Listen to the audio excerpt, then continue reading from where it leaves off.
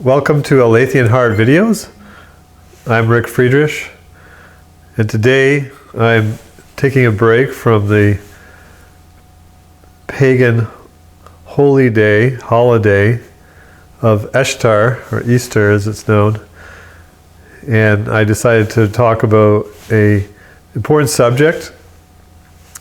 The title of this, the extended title that I could not write fully on the YouTube video caption, is The Cause and Cure of Infidelity or Unbelief, with a mention of Voltaire, a fountain of dishonest skepticism that has poisoned the enlightened world down to our day in so many publications like Wikipedia. So I'm going to deal with a little bit of the nature of skepticism, proper skepticism and improper skepticism. So this is going to be about testimony, some of my testimony, some testimony going back 200 years ago. So this is a title of the book, The Cause and Cure of Infidelity, is by, the full title is The Cause and Cure of Infidelity, including a notice of the author's unbelief and the means of his rescue. And this was David Nielsen, who was he was born in 1793 and died in 1844. So this book was a publication in 1841, and this was a book, I'll read the preface, which will tell you more about it, but he was a skeptic, if you will, an unbeliever, an infidel, as it was called back then. And he explains how he became that way and the cure, how he overcame that. And what I want to focus today is on Voltaire a little bit and explain him as, look at him as an example of a dishonest skepticism. And it's thoroughly dishonest. And I want to go over that. This is not a well-calculated video. It's not, I've been pondering this for some time, and I wanted to recommend this book, which is online, that you can freely read it. And I'll probably make a printed version of it soon when I get the time. But I didn't have time to organize this all perfectly and everything, but I'm going to just kind of speak as things come to mind, and I have some things to read here on the subject.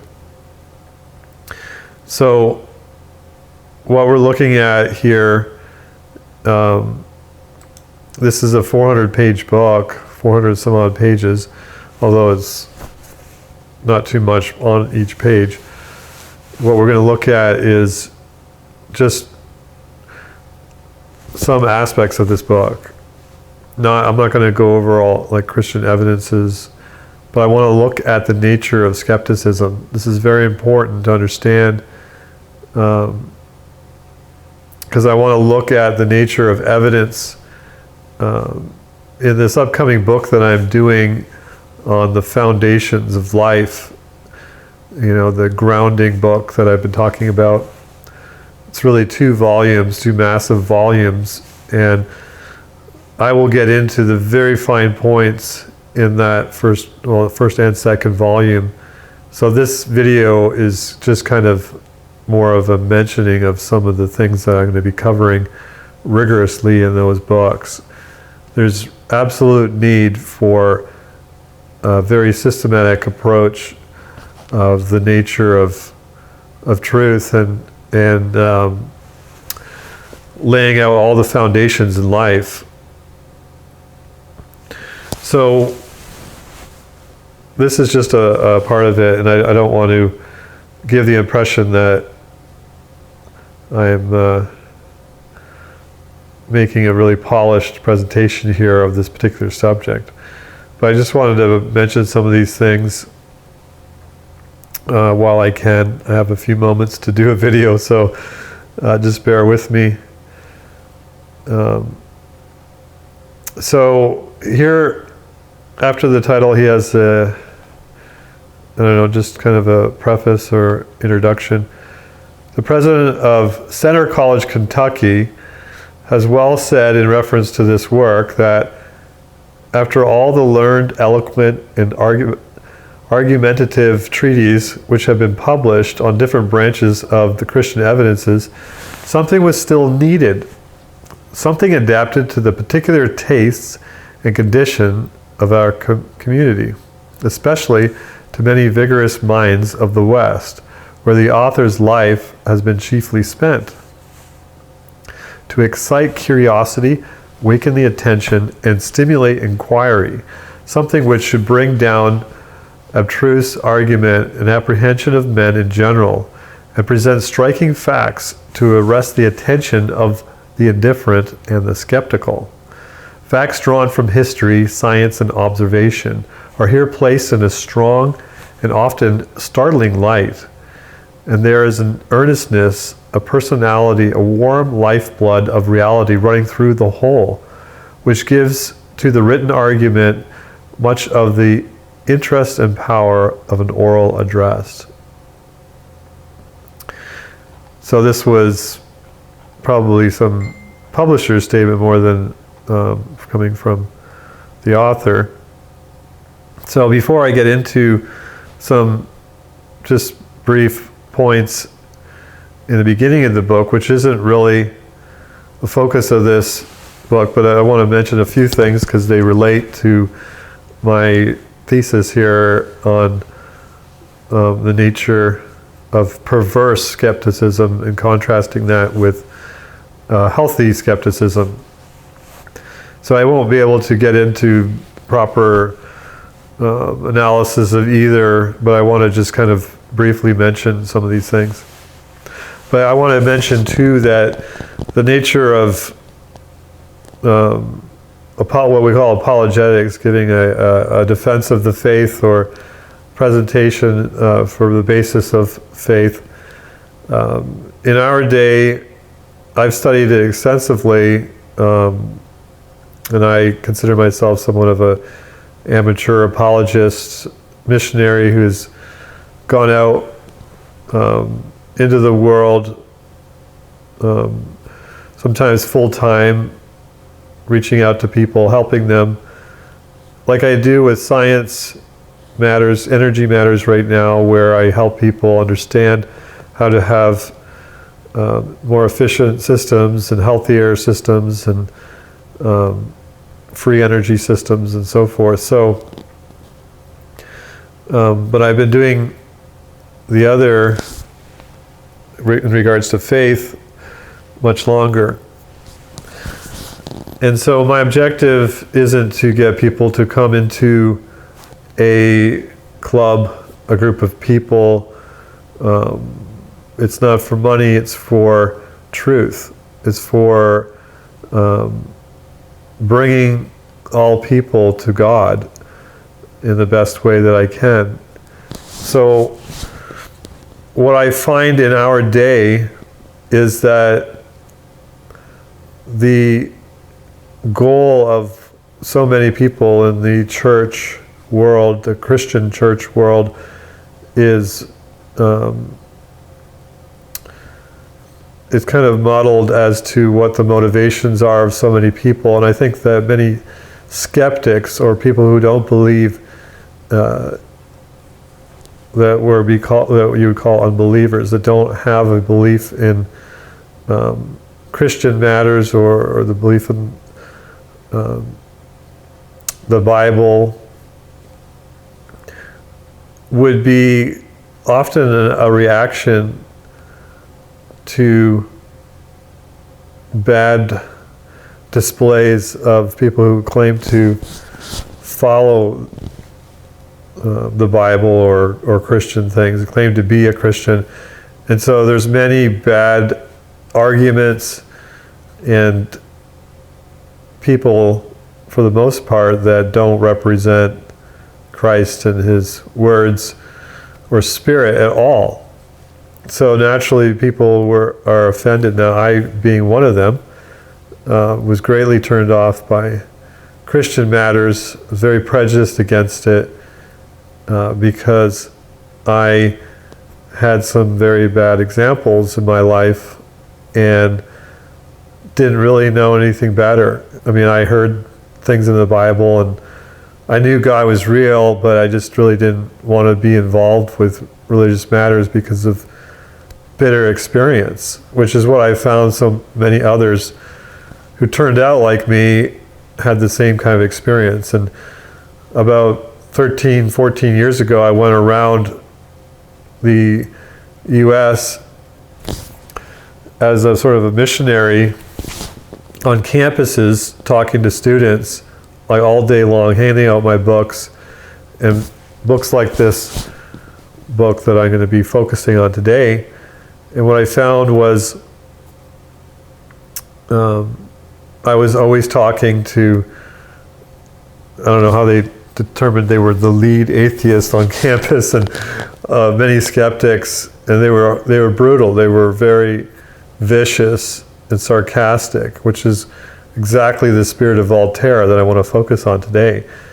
And I was somewhat of that nature myself, so I knew really they were not saying really anything different. They may have had a flavor from their particular studies that was peculiar to them,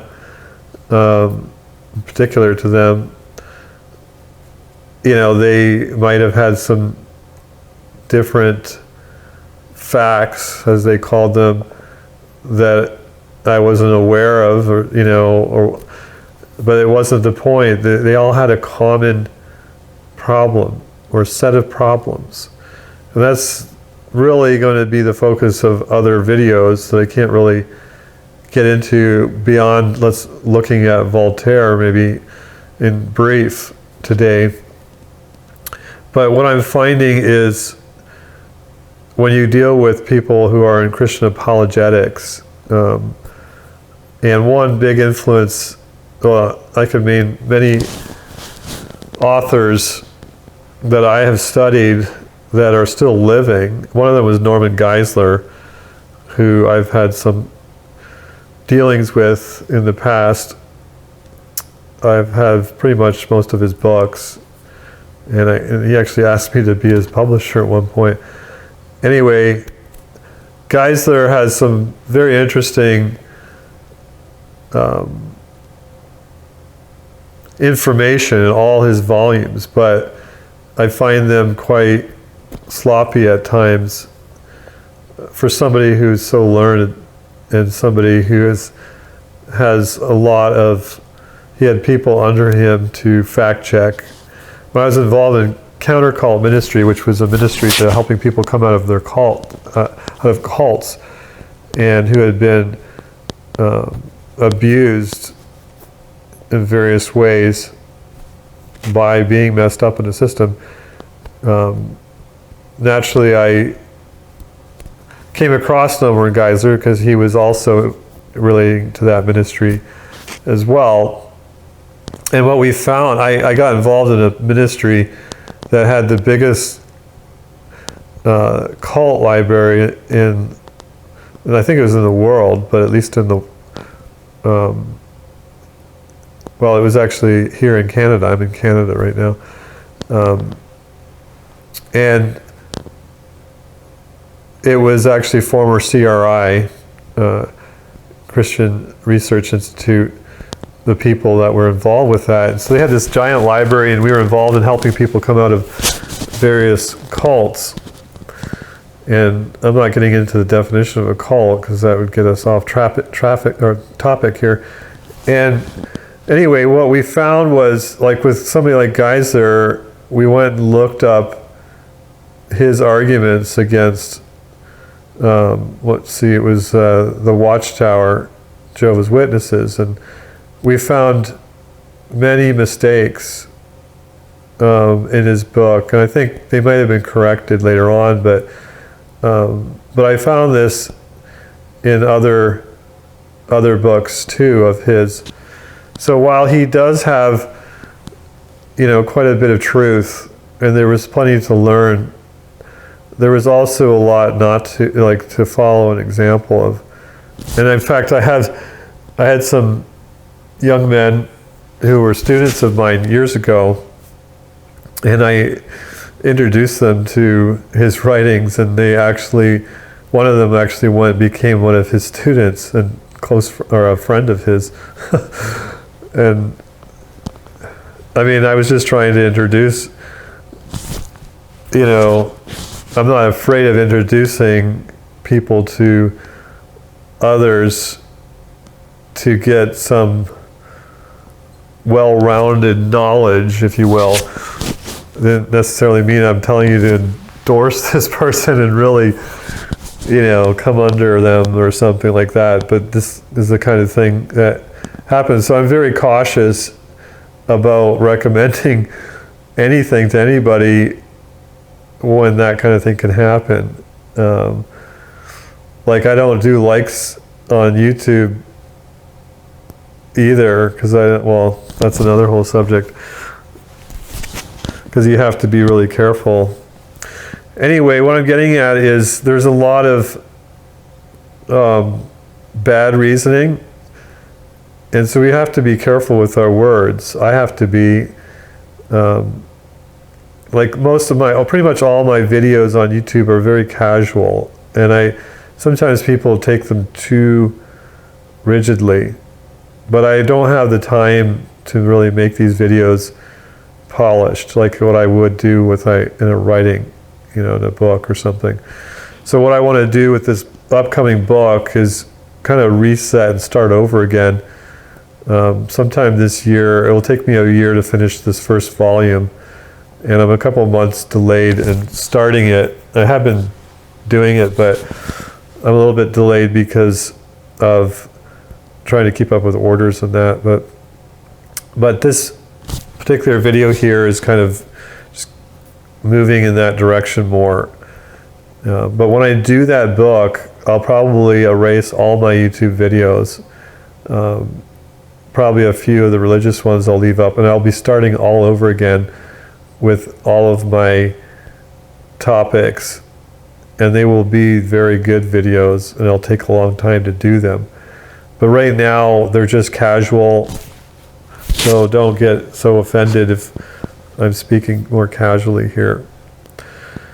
It's just I'm doing these videos to do something rather than nothing, if you will. But in doing that, I have to be careful that I'm not misspeaking on subjects and engaging in my own prejudice or biases and so forth. So anyway, I'm tabling this topic because it's vitally important, how you deal with truth. And it's a theme that I keep bringing up again and again, and I want to rigorously go through it in time, the nature of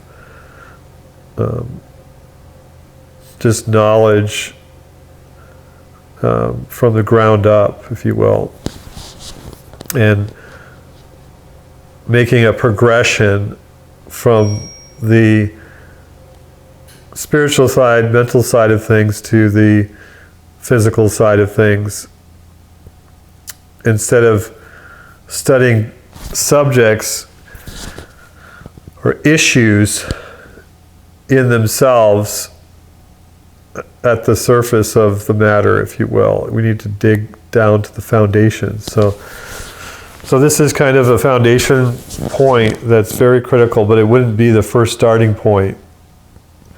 You have to really go back to the very beginning. And actually, I was talking to one of my relatives, a couple of young men, yesterday night, and I said to them, here I am in my 40s, and I'm finding myself starting over again. This is the second time, or third time, if you will. I was radically changed, if you will, and I'm trying to staying away from certain terminology that offends people, but born again is the proper word, but that's misconstrued today. But I was changed by God when I was 17. And there was a major change that took place. But even though so many things changed, I had to realize some years later, after much study, that my foundation was still very weak in the bad habits that I'd formed through the secular education system. And so I went kind of back, went over my past more carefully, and was like on a Christian level, Christian terminology, being sanctified, through and through, in dealing with my past, my upbringing, and all these things. And then I never quite finished that foundation work. And that's why I'm returning to it now, many, many years later. So it's another 20 years later, I'm doing this again for the third time. But now, overturning every rock. And I want to do a presentation which not only satisfies me, but will satisfy others. And we'll see how long it takes, but I'm really excited about it. It's so important. I find that every time I go out and meet people and talk to them, it keeps coming back to these points. I always wanted to have, like the Bible talks about always being able to have, give a reason for the hope that is in you. But I want, and obviously there's a lot of specifics to that. There's general reasons, but I want to be able to overcome the obstacles in the way of anybody's faith. So I'm doing that on the free energy subjects, where I'm trying to overcome the obstacles that people have. And that's been a learning process to realize where people are at and what they need to hear and that. But far more important than that, like I was talking to relatives last night about, I was doing some demonstrations of my stuff, and then, the topics went on to the health side of things, which is far more important than energy production. And so I'm just trying to be practical in all these things. Anyway, I had a very similar experience.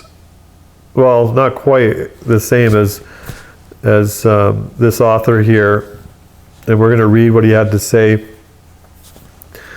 But what I was getting at, long-windedly, the problem is often that people are turned off from what they perceive to be a representation of a philosophy or a belief, and it's not so much a disregard of the nature of the thing, but a misrepresentation of the thing. So with regards to what I was getting at, Christian apologetics, Christian philosophers that are defending the faith, I find that they're far more interested in academics for the most part, and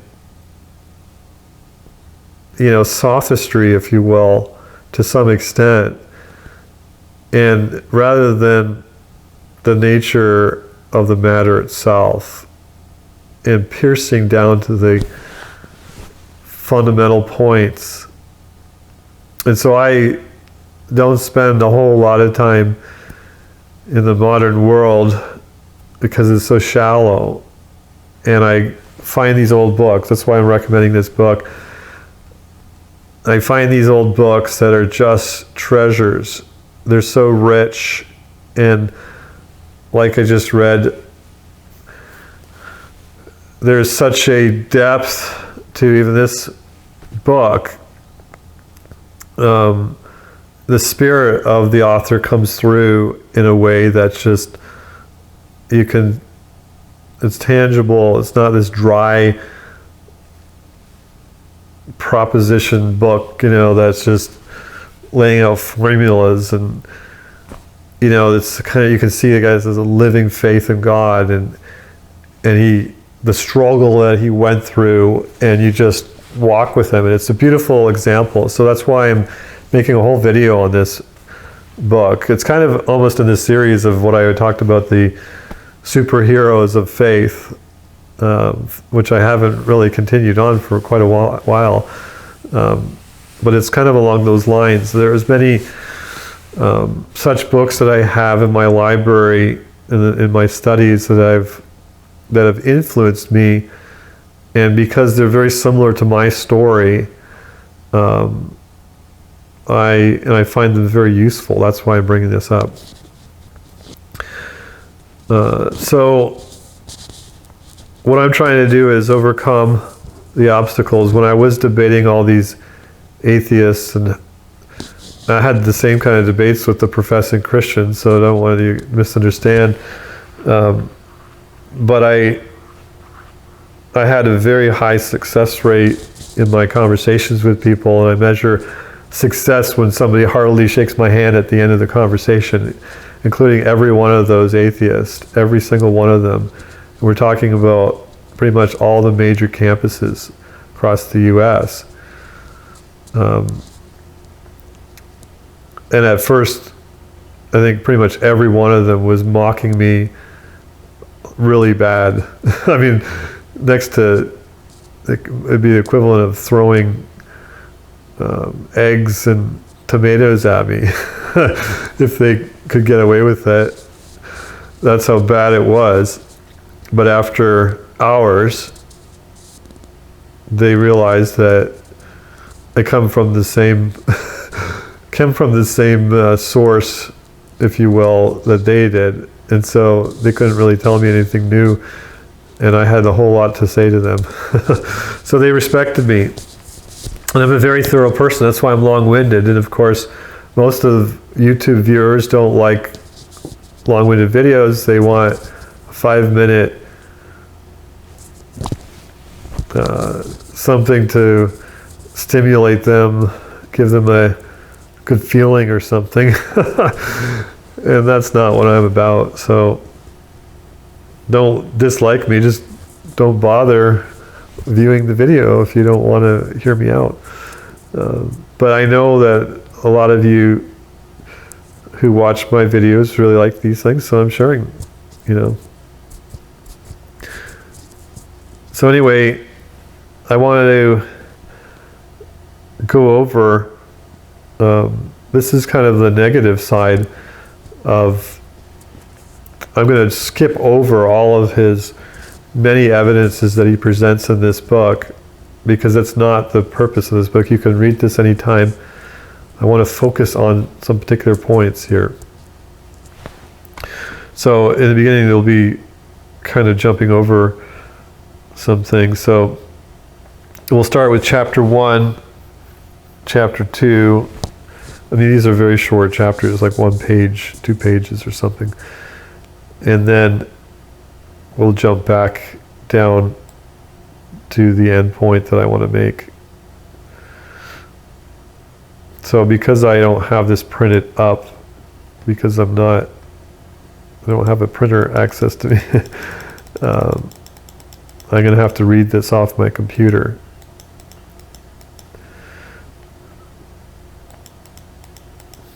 So starting on page, the first chapter 1. Oh, this is the preface actually. The following work is not a compilation of the evidences of Christianity. It was written with the hope of exciting those who need such research to read many authors on that subject. A book which does not contain a summary of arguments against infidelity may provoke an appetite to read volumes where those arguments are found. The evidences of Christianity are not fully contained in a half-score of volumes now existing. So there's many volumes that have existed over the years. Some of them are classics and they're great. a lot of them are not very good at all. Some of them are fundamentally false or mistaken, like Palais and his argument, which I have certain family member that I grew up with telling me, well, you should believe just in case it may be true. Well, that's not faith at all. That's like a gamble, and you can't actually believe something that you don't have sufficient reason to believe it, because it's not a real belief. It's a guess. It's a hope. There's a vital difference between belief that is, I need to do a special video on the nature of belief, because it's a very ambiguous word. Trust, faith, hope, all these ideas are intermingled with the word, and the Greek word pisteuo in the Bible is translated in different ways depending on the context, but it's the same word, and it's a trust. Faith isn't a blind thing. When they say blind faith, this is prejudice. This is believing in something when you shouldn't. You shouldn't have blind faith. It's a common word that's not it's philosophically very inaccurate to use that, because it's not clear at all what the person is meaning. And generally it means just to jump into the unknown, which is grossly ungodly. How can you distinguish between, if you believe this is a voice of God, how do you distinguish between the voice of God and the voice of the devil, or your own imagination? This is absolutely important. And you have all sorts of people following their own imagination, following an evil influence, or if they really do hear from God, how do you distinguish that? You must have solid reasons beyond reasonable doubt to know the testimony is valid, is true, is so belief is trust in that which is true. How do you have to determine that it is true, though? So people have this idea that, oh, if you have a faith, then it should be respected. We must respect all people because they literally have infinite value. They are very important in and of themselves. But just because they have a theory, which is really what most people's faith is, merely a theory, a feeling, a wish, a hope.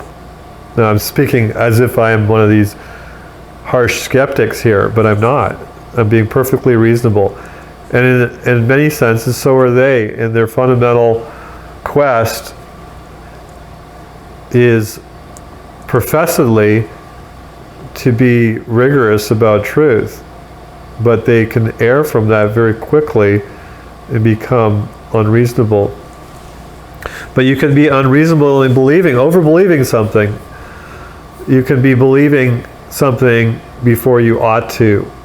And that should not be respected, in the sense that you cannot treat somebody's belief equally when it is professedly a jump into the dark. Just because it has a religious connotation to it, framework, doesn't mean that it deserves some special privilege over something that's not religious. When something's not religious, somebody approaches me about some financial claim which they are engaging me in, they want me to engage in, or they say they believe this, we treat that differently. But suddenly, if it's a religious matter, we're supposed to respect it and treat it like a real belief based upon solid reasons. But in fact, you can talk to most people, whether they're claiming to be religious or not, their worldview and their basic belief system is largely, if you find out in 5 minutes, you can find out is based upon really shallow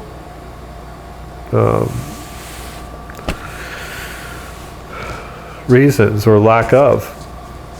So we want to look into the nature of, because we're dealing with matters of life and death. These are the matters that are most important. Everything flows from this. All of our society, everything we do in life flows from these things that we're talking about today. And, you know, the next world, life after this life, after death, we want to be sure about what happens then. And if we're dishonest at all, then we're in a lot of trouble because we're going to be mistaken about that. But even in this life, there's everything that we do is influenced by the foundation of our belief system. All of morality, law and order, and everything in life comes down to these matters. So they are of the most importance. That's why I'm addressing these things. So he's going to say the cause of infidelity or unbelief. Unbelief, again, being the opposite of belief in truth, in correspondence, in heart and mind with truth. And most people have the belief that they believe. So when I say belief, I meant the opinion. They have the opinion because it's not a true belief. And I want to distinguish between that. They have the belief or the opinion, as I'm trying to say, that they are sincere and they believe the truth. I mean, how many people will you meet that will say, well, no, I don't believe the truth? I mean, you just don't find people admitting that. But the fact is, there's two different levels. Not really different levels of consciousness, but there's kind of two different levels of reality within people's own thinking. I'm not trying to be technical here with psychological language definitions, but they have a level where it's superficial, which they kind of convince themselves from day to day to keep themselves in the same morality and lifestyle. But they have these sober moments where they know deep down they're not doing all that they know that they ought to do, and that they're covering up the truth more or less. So this is so important, and this is where people block out that conscience, the voice of God, the voice of reason, you know, the voice of their parents, the voice of their wise elders or people from the past or whatever. Truth calls, screams out on the streets, and in many various ways awakens us to our obligations and just the general and specific truths of our lives. And so what happens is people suppress that truth. They learn to do it from the earliest age. They learn to lie, and then the life becomes a lie. There's a difference between deciding to say a falsehood for one particular motive and living a whole life of lies, which is the majority of the world. In fact, I did a 4-hour video on this, but it was so controversial that I would have probably created many enemies, and I just never felt comfortable enough to publish it. But I have to do it better than what I did. But it's about this subject And I want to really present this carefully in my book. So this is just kind of an outline of mentioning a few points. But you have people who have a loose opinion that they are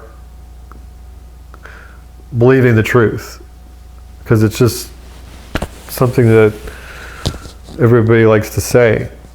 Nobody wants to say, oh yeah, I'm a liar, or I'm not living the truth. And once in a while, people will kind of be in dust and ashes and realize that they don't care at all. And they go off into some kind of self-indulgence, self-abuse, and they just kind of know that they don't care if they're living the truth. But a lot of people will say, I'm living the truth. But there's a difference between knowing in your head and knowing in your heart, or experiencing in your life the idea of corresponding to doing all that you ought to do. And it's a completely different lifestyle. Now, what your motivation is more critical than your outward actions. Because if your outward actions are merely motivated by hope or fear, it's not good enough. You're still not corresponding to the truth fundamentally. You have to do outward actions based upon the motivation of a pure heart, where you are loving your neighbor truly as you love yourself, because you're both equal and you both have intrinsic value in yourself that is far higher than any other creation in this world. As a human being, we have immense worth and value. We need to love each other for that reason, not because it's the right thing to do, some code of ethics arbitrarily stated by some being. No, because we instinctively know our own value, and we know the value of our neighbor. Whether they're deformed or have a different color or different upbringing, different belief, all are equal. All are equal in essence. They may not be equal in character, which is a vastly different thing, but all should be loved because of the essence of their person in themselves. And God is to be loved in the same way, but far more, because He is of infinite value,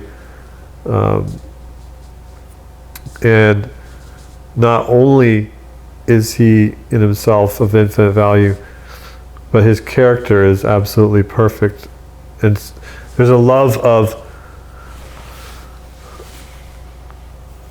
the essence of a person, loving them for their own sake, and then there's a love of character. And those are two different things.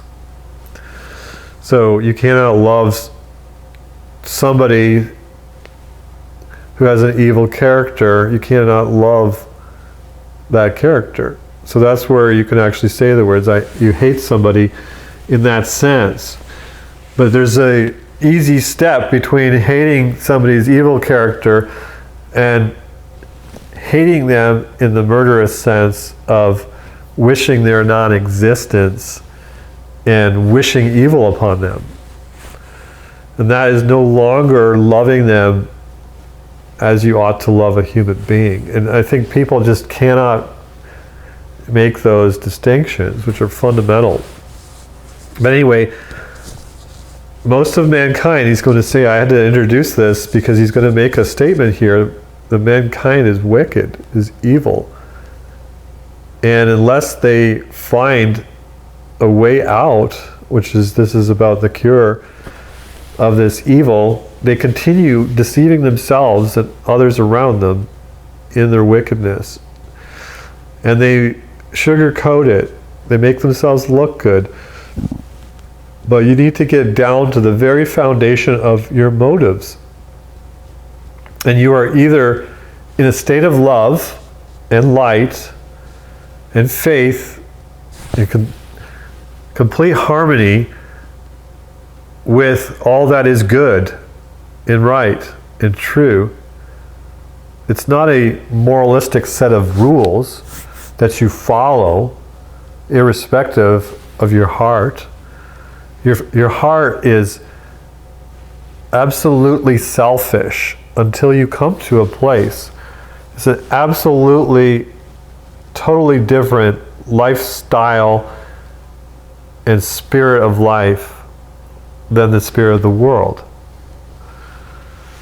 So people don't get it. They try and believe certain facts. They have certain doctrines. They have certain morality. And they think that this is making them a good person. But if you are not in line with your Creator, if you are at odds with your Creator, and you are not having the same spirit as your Creator, then you are fooling yourself. Like I went to a service today in which at such churches they believe that they are no different than the people of the world, and they try to make themselves really palatable to the world, you know, stopping short of just bringing the keg of beer into the sanctuary and dishing out free beer. There's free coffee and there's free this. Well, no, you have to pay for the coffee. But it's trying to win the world to become no different. Just kind of subscribe to the club today. And so it's losing all of its appeal, because what's the point of doing this when you're not changing your heart and your life to become a child of God in the same character as God, which is held to be impossible. It is thought to be impossible this side of heaven to have the character of God in this life. In fact, that is considered what they call a heresy, a false doctrine, and such people were almost killed in hundreds of years ago for believing things like that. But this is the very doctrine of the Bible, and that's another subject. But what I'm getting at is that today, and through generations, people have tried to come up with a form of religion that it doesn't have the essence of true religion, which is a change of heart, a fundamental change of heart, where you're coming from the darkness into light. And all these words are used, but they're used in a way that is not corresponding to reality. It's watered down, if you will, and you can just watch it, and it's just not sincere. You can feel it. I mean, I'm not trying to be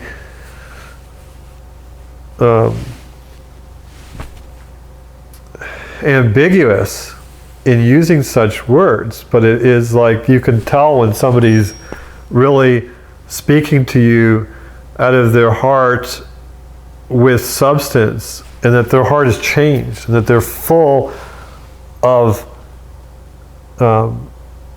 consistency to the truth. They're walking in the truth honestly, thoroughly, rigorously, and they are filled with the love of God, and not some mere fleeting emotion, some hype that so many are filled with.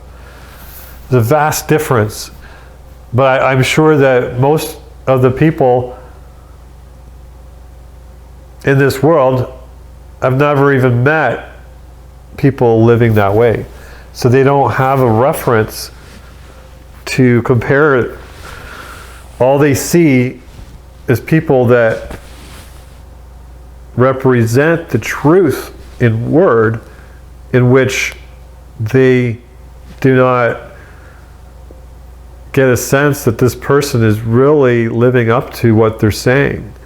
Or then they'll just hear them make some kind of statement like, hey, it doesn't really matter if you are not living up to the truth. In some way or another, they'll come out with that.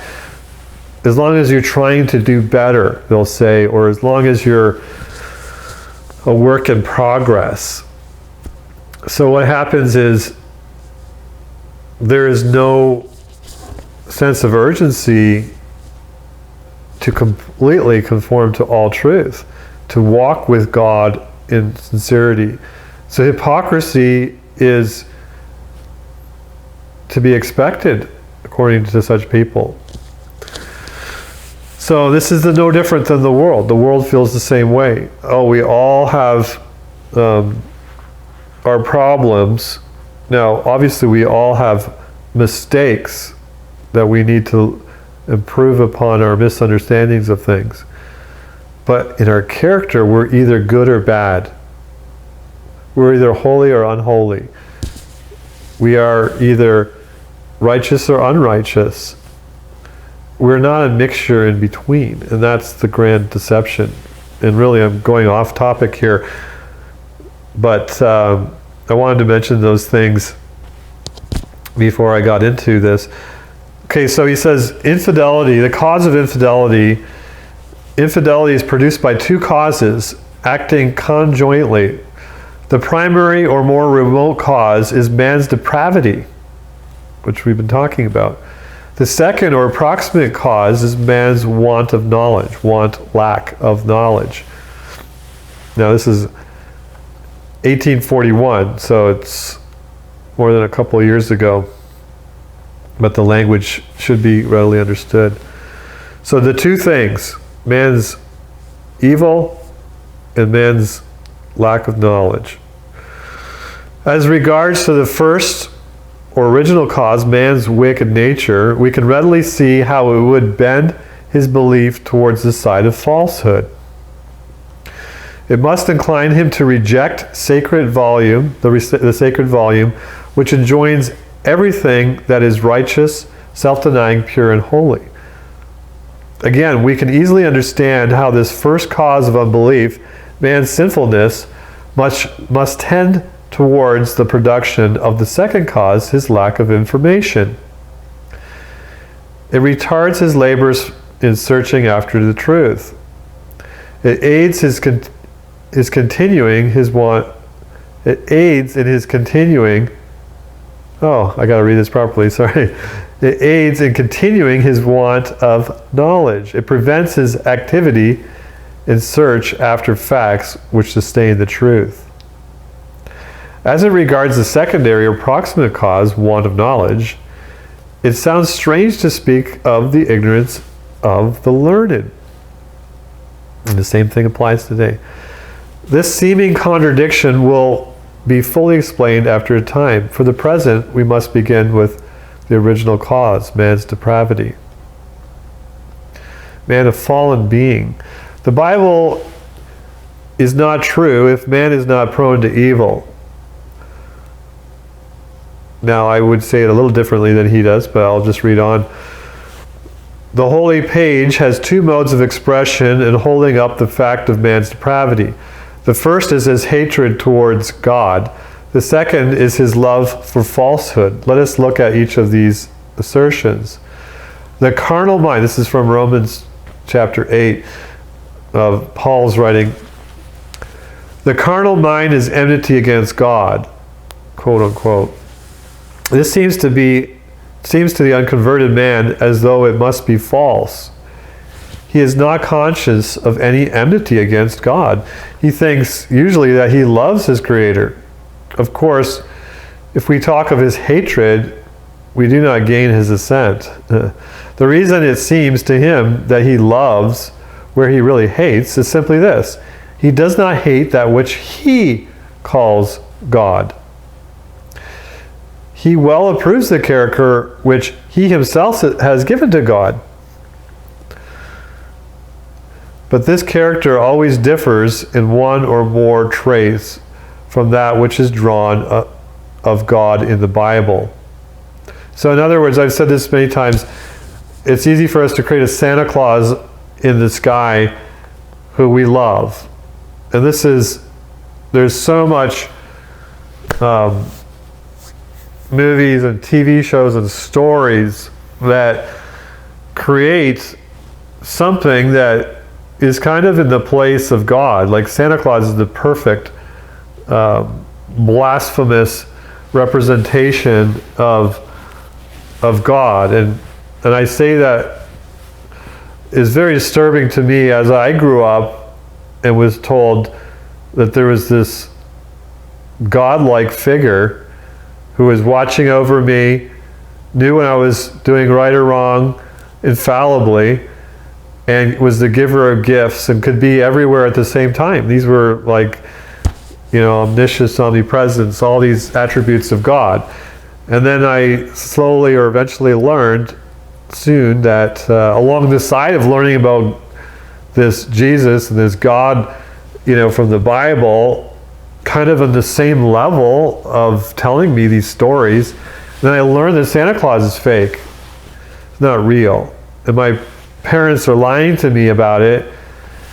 And so this does ruin to children's faith. And, there's a fine line between fiction and presenting fiction as if it's real.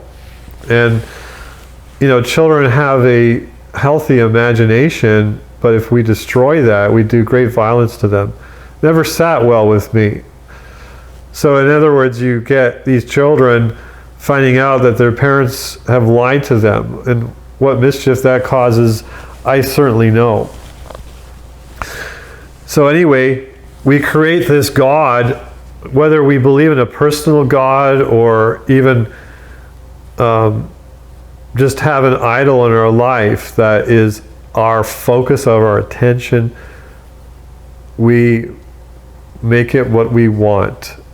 We have quite an imagination capability to fashion that which we idolize, whether it's another person or money or power or fame or what have you. But in this case, he's talking about we're attributing attributes to God which are corrupt, and deep down we know are not true. But on the surface, which is where most people operate at, we create this thing. And the thousands of millions of people throughout history, billions of people have done this. So he well approves the character which he himself has given to the Creator. But this character always differs from one or more traits from that which is drawn of God in the Bible. It always resembles more or less the character of the individual who has drawn it. And this is where we find, when we go into these churches today, this big Santa Claus, just come and join the party, everybody. It's just so exciting, and just you can be part of it, and you'll feel better. We'll work on your problems. You can change slowly, or you don't have to change at all. Just be part of us, and give us your tithes and offerings, and let's build big buildings and let's become a club. Anyway, it resembles the person's character. And the example, or the part of that is evident, is that the verses that contradict that fake God are left out, interestingly. So people commit confirmation bias, and they go into their particular, and this is not just with Christians, but other people who will fashion their particular faith as they desire, and they will ignore certain things in their sacred text that contradict. And so this is what we have. This is what I grew up into, and I was very upset, kind of silently upset about it, until it just worked as evil in my life at a young age. So examples, you could you have asked the ancient Scandinavian, as he stood before you with a purse in one hand and a spear in the other, "Do you love God?" He would have answered you in the affirmative. then you had inquired, who is God? He would have said, Thor, the god of battles and of plunder. The warrior loved such a deity. A part of the character belonged to the barbarian. Omnipotence and other traits were correct and were received from true tradition, but holiness and purity the man did not love and therefore did not receive into his creed as belonging to heaven. Some religions believe it's a big, lustful feast with all forms of indulgence, right? Which is what we were just talking about there, but others believe that too, not just in the ancient world. Could you have asked the Greek at Athens 2,000 years ago if he loved God? He would have replied, yes. Who is God? Answer, Bacchus, Venus, or Mars. A deity of wine, of revelry, sensuality, or war, he did not hate. But if you had placed before him the full character of God of the Bible, as the apostles did, he would have had turned away in anger. And that's exactly what happened to those apostles when they did present such. Go now and converse with the enfeebled Asiatic concerning his enmity to God, and he will look astonished at your assertion. So Asian would be Asiatic.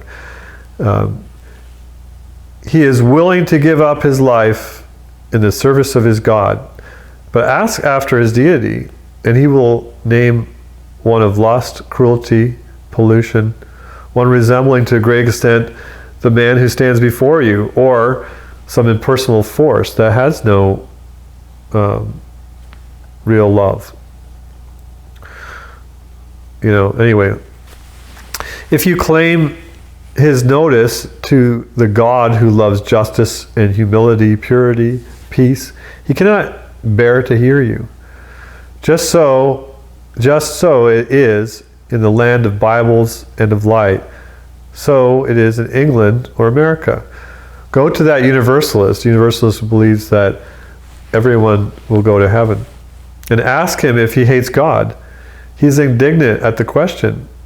He thinks he loves his Creator adamantly. He thinks he never did hate God.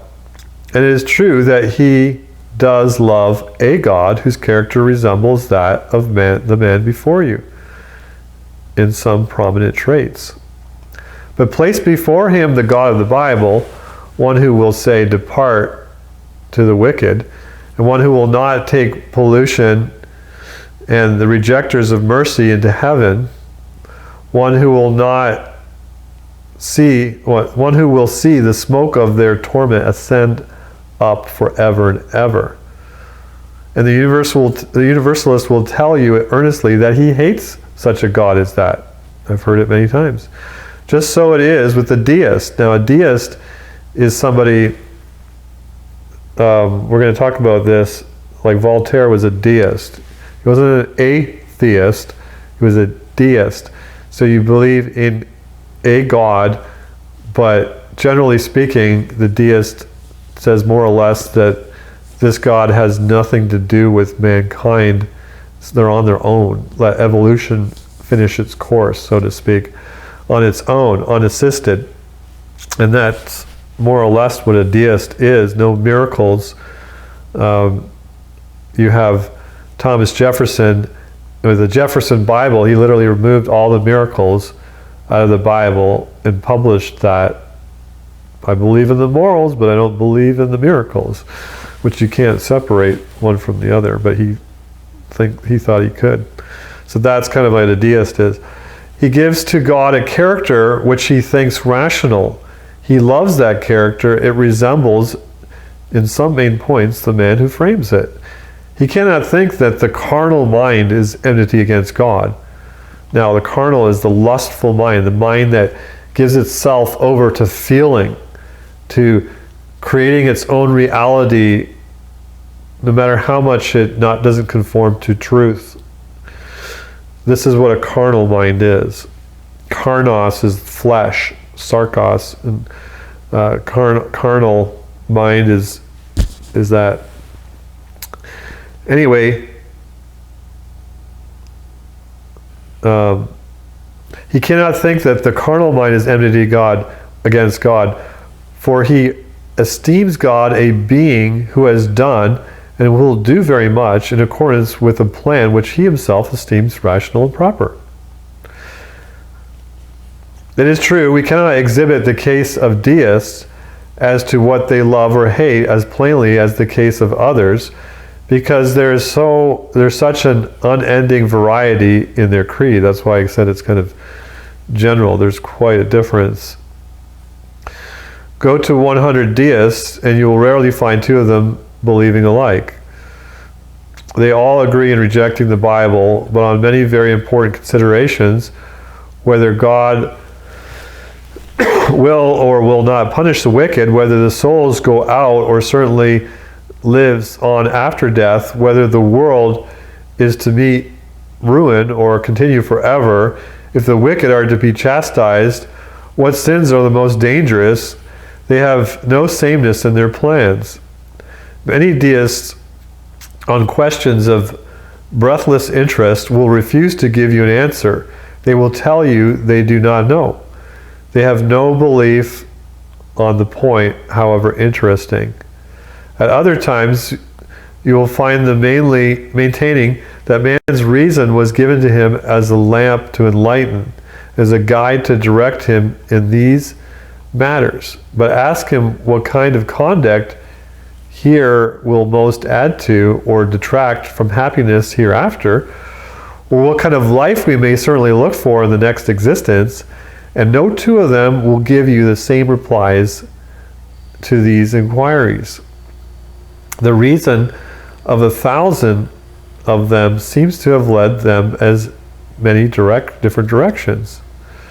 That Christian denominations should differ appear to them exceedingly absurd and reproachful. But that reason which they say God has as our only teacher should give either no opinions or very different opinions among their own number does not call forth a bitter remark. So in other words, they're quick to judge others for differing, but they don't accept all their own differences because they're not technically an organized group, you know. So you don't use that word deism anymore. We have agnostics as different than atheists. Atheist is posits positively makes the affirmation that God does not exist. They have the claim that they have the ability to make that assertion, which they don't. It's impossible to make that assertion. You cannot prove there is no God. It's impossible. There's no such thing as a real atheist. There may be somebody who doesn't know, and that's agnostic, which is the word for ignoramus.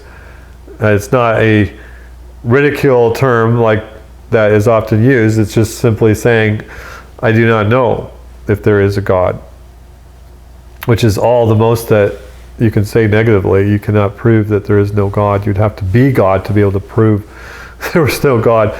You'd have to know that, but it's it's a false claim to make that. But you have people who believe in some form of a God, and they are basically creating their own morality. They don't necessarily hold to any book of God, and they follow their reason entirely, so they think. And these were what we call deists. And sometimes the terms were used, they called themselves theists, which theos is the Greek word for God, so that's where theist and theology comes from. So you can use the words interchangeably historically. I'm just trying to give you some historical background there on that. But anyway, if the Bible is disclaimed, thus far they all agree. Further than this, they do not ask after agreement or regret it should there be 1,000 different creeds. A God according to the Bible they do not love. one conform to their own vague ideas, they do not hate. So that's very important to realize. So if you want to look at a specific biblical example, Romans chapter 1, which I've often talked about in the Bible, where Paul shows how people fundamentally were ungrateful and they perverted the God who is revealed to them in their earliest ages and life. And then they perverted themselves and then created and worshipped a idol or a god of their own creation. So number 2, man's love of falsehood. Men have loved darkness rather than light. In this assertion, light stands for truth, and the word darkness means falsehood. It does not seem to anyone that he prefers falsehood to truth. The most prejudiced man thinks himself impartial. It is so on any subject. The most vehement politician thinks himself unbiased in his judgment.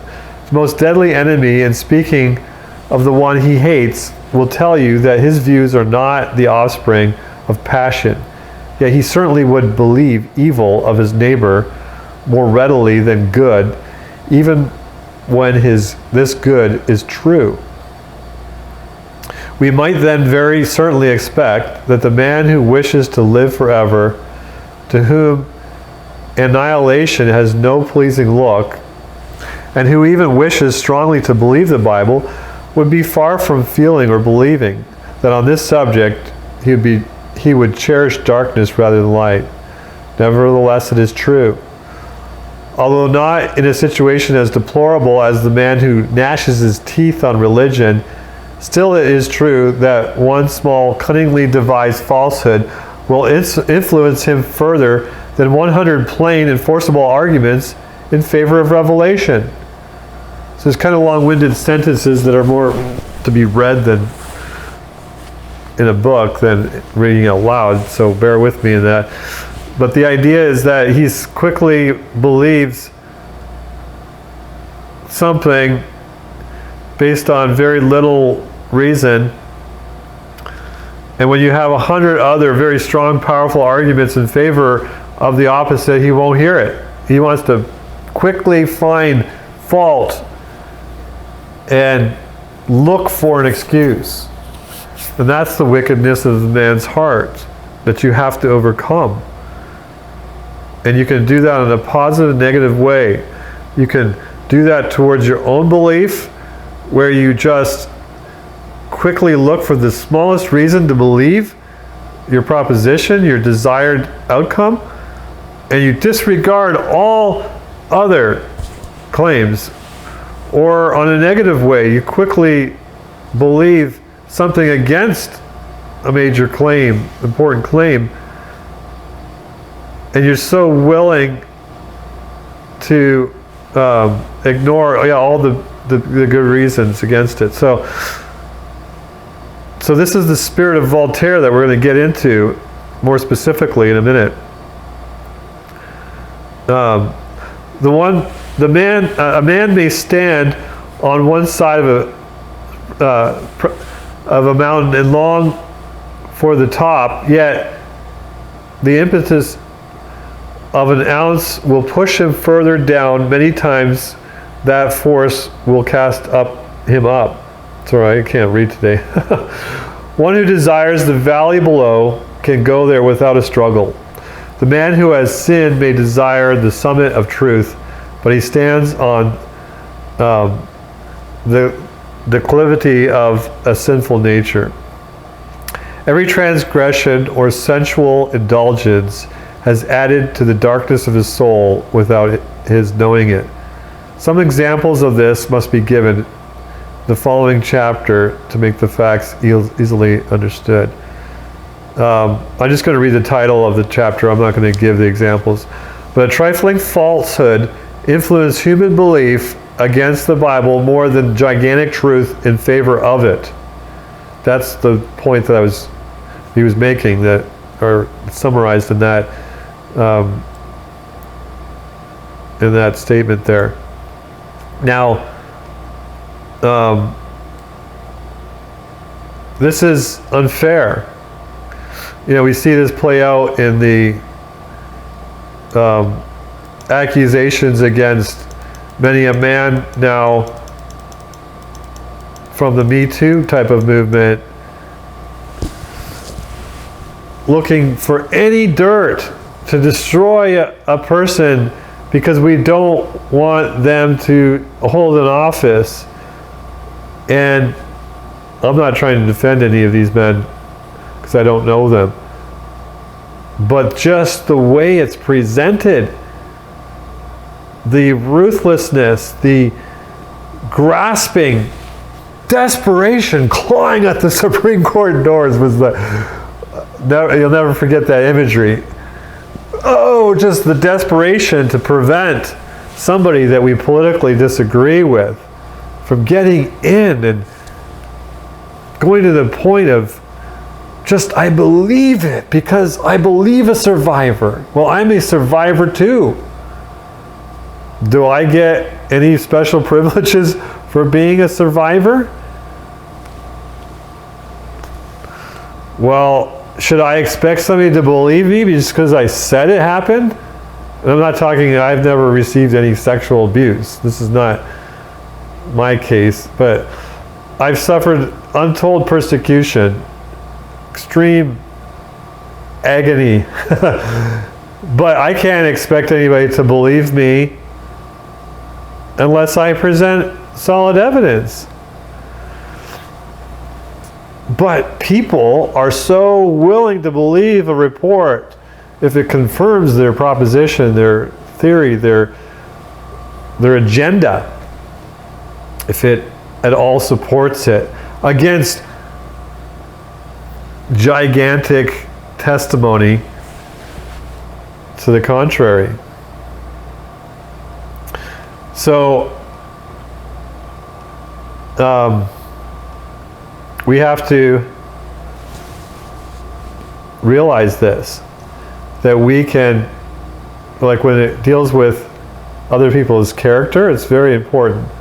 It's not just about whether we believe something or not. If we believe an evil report about somebody unjustly, it's of great evil.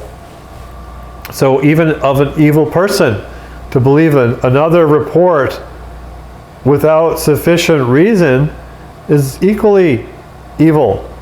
Because how do you know that this such evil person who's supposedly been confirmed evil hasn't been framed? And what good is it to believe an evil report about an evil person? Why? Oh, well, it doesn't really matter if this is true or not.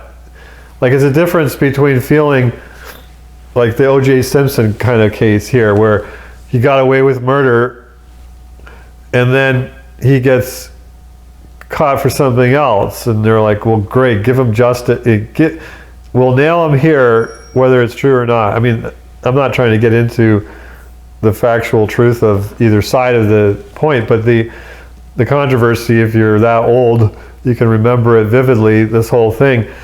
And that's the mentality, the vigilante spirit that takes the law into their own hands and can often be just like a mob rule, where you're so angry at this person that you're not willing to do due diligence, and you can be framed. Somebody could be framed, and then they could experience the hatred of the mob, and that's what's happened throughout all of history. Anyway, the cure for infidelity.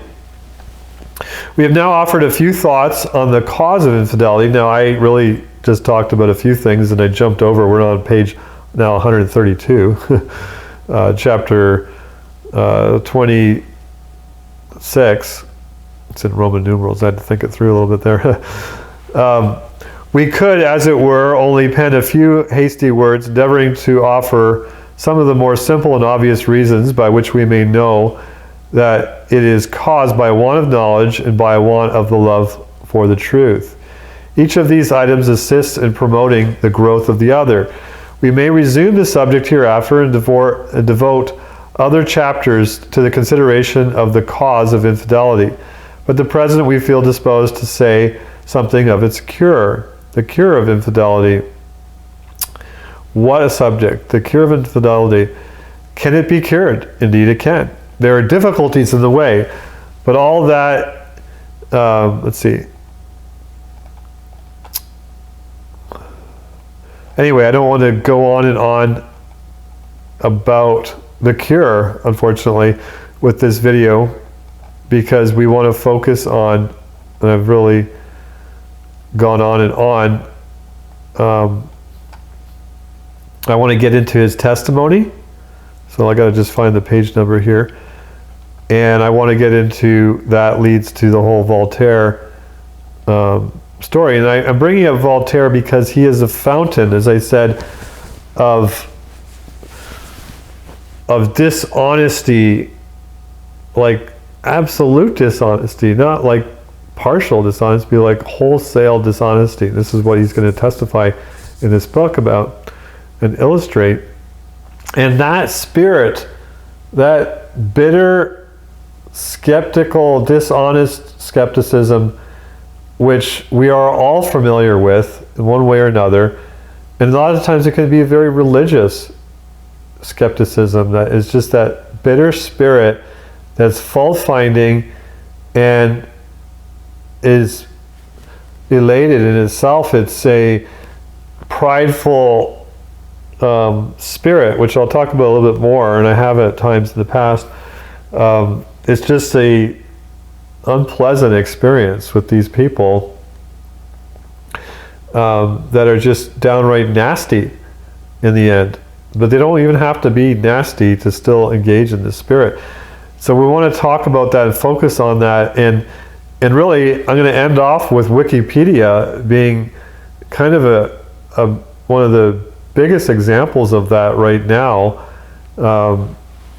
manifesting that spirit, and that is definitely important. So I want to focus that. So we're going to jump over to page 251 now, the author's unbelief and means of rescue, and the mode of descent. And then he goes into Voltaire after that. So this won't take too long from this point for those of you who are anxious to be done with this crude video of mine. My kind of ranting, if you will.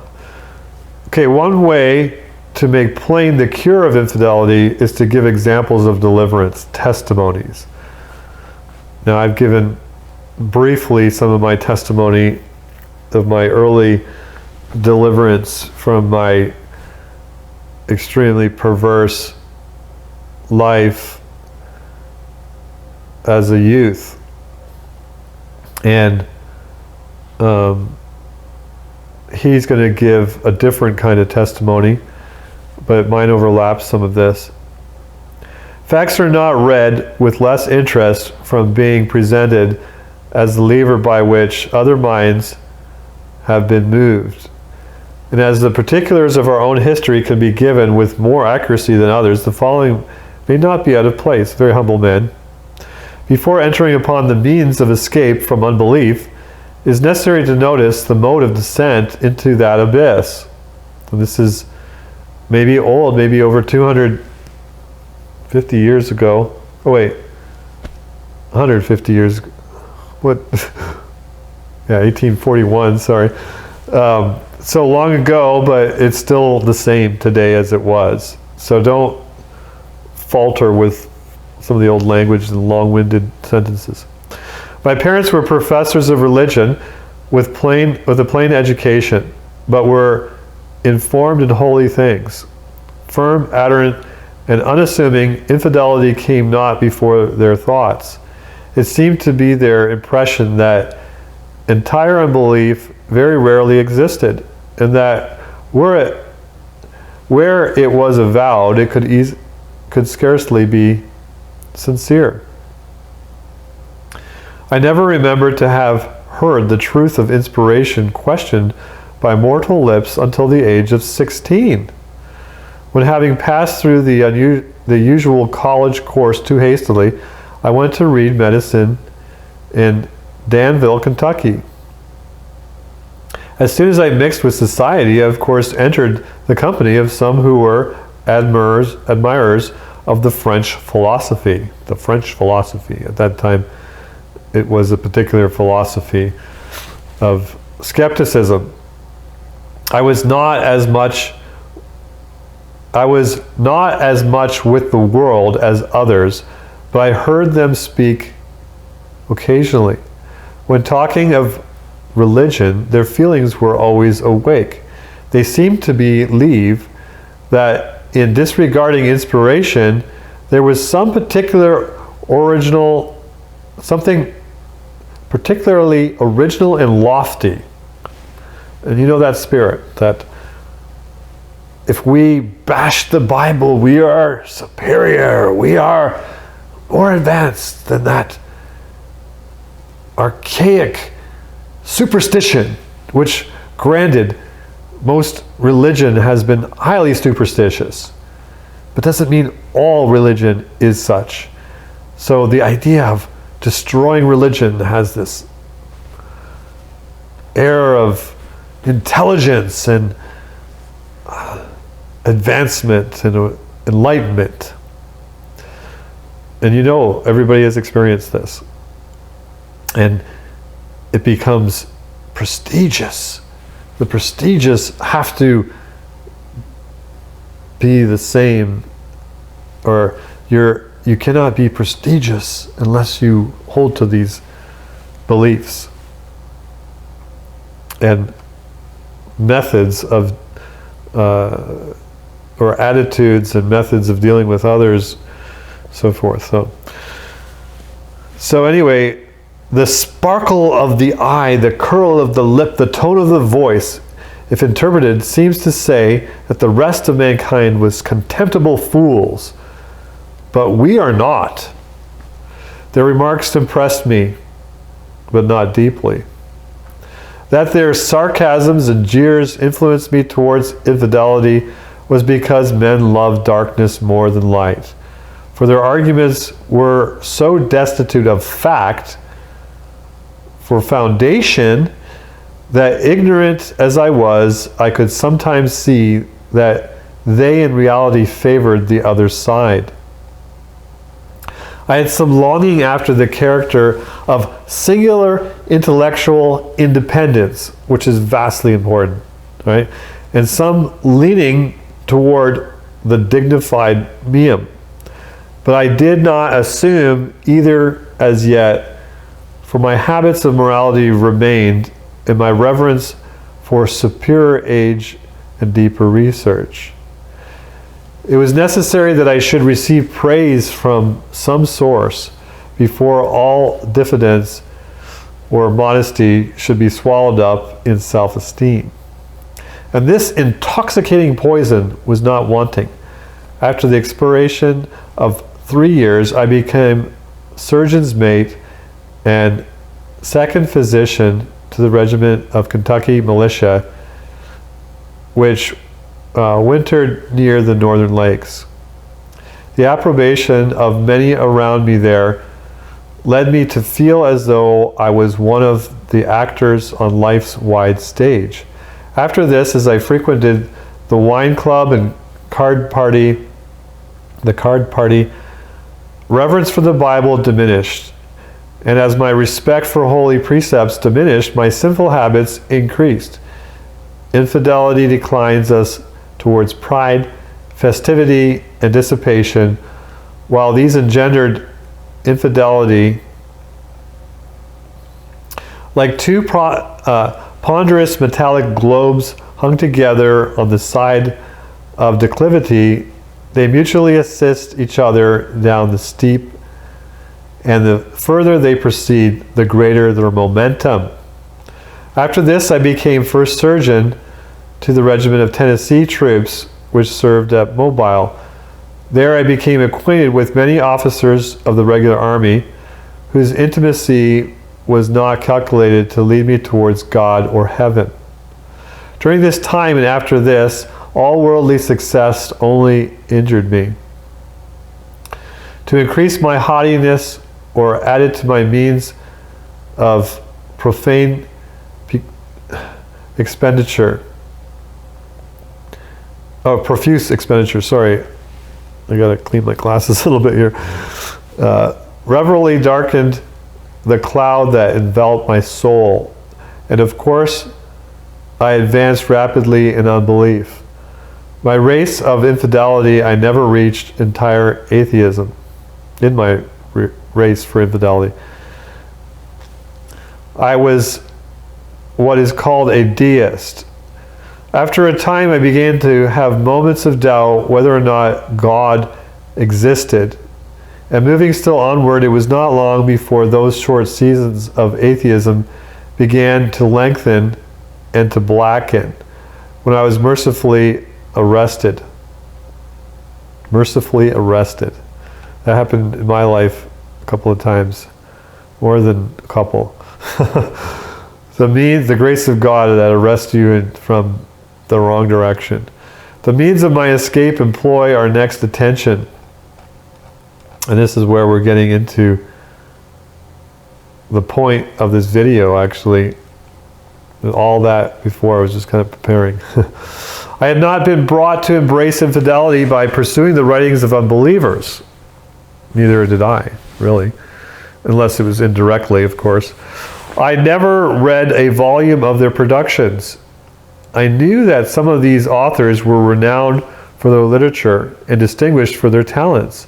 I felt strengthened in my creed by the recollection that many of the great intellectuals believed as I believe. I might have asked myself the question, if I am an infidel without assistance, what shall I be when aided by the arguments of all those books? I was led casually to read a book whose author I knew stood at the head of the infidel army. So this is why I said Voltaire, a fountain,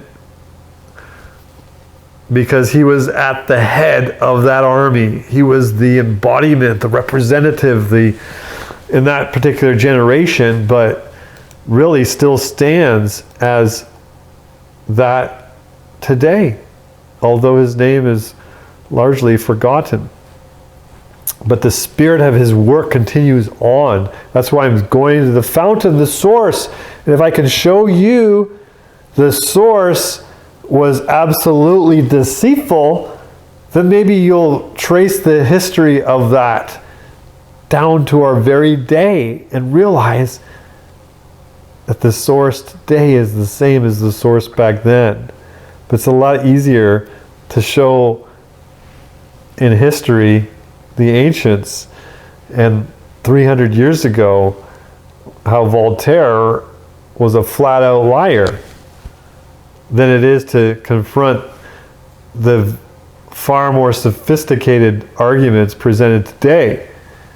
That what I say is they use prestige jargon, so which is creating fancy jargon, fancy words that go over most people's heads, and so you can't easily pinpoint all their fallacies because they're just so puffed up, and they have so many years of all this baggage of prestige theories and titles and schools that honor them, and they are just so famous and powerful, and they have money, and so it's so much harder to challenge those people today because they have so much information you have to sort through to really point out all their lies and very subtle fallacies, as I pointed out in my recent video on the missing the point fallacy. It can be just a very subtle detail that changes the whole thing. But anyway,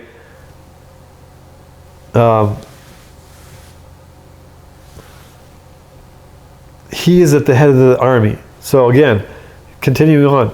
The man with whom I bought at an auction Voltaire's philosophical dictionary and cast it into his library, which ended up being a really good thing.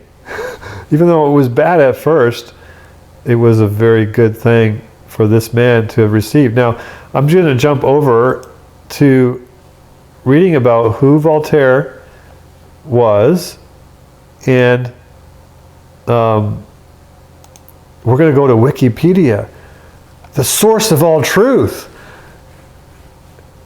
But they do have some truth. I will say that, even though there is the same spirit in Wikipedia. So I'm bringing out this because everybody knows Wikipedia. I think it's the fourth most popularly read website in all the internet, is what I heard.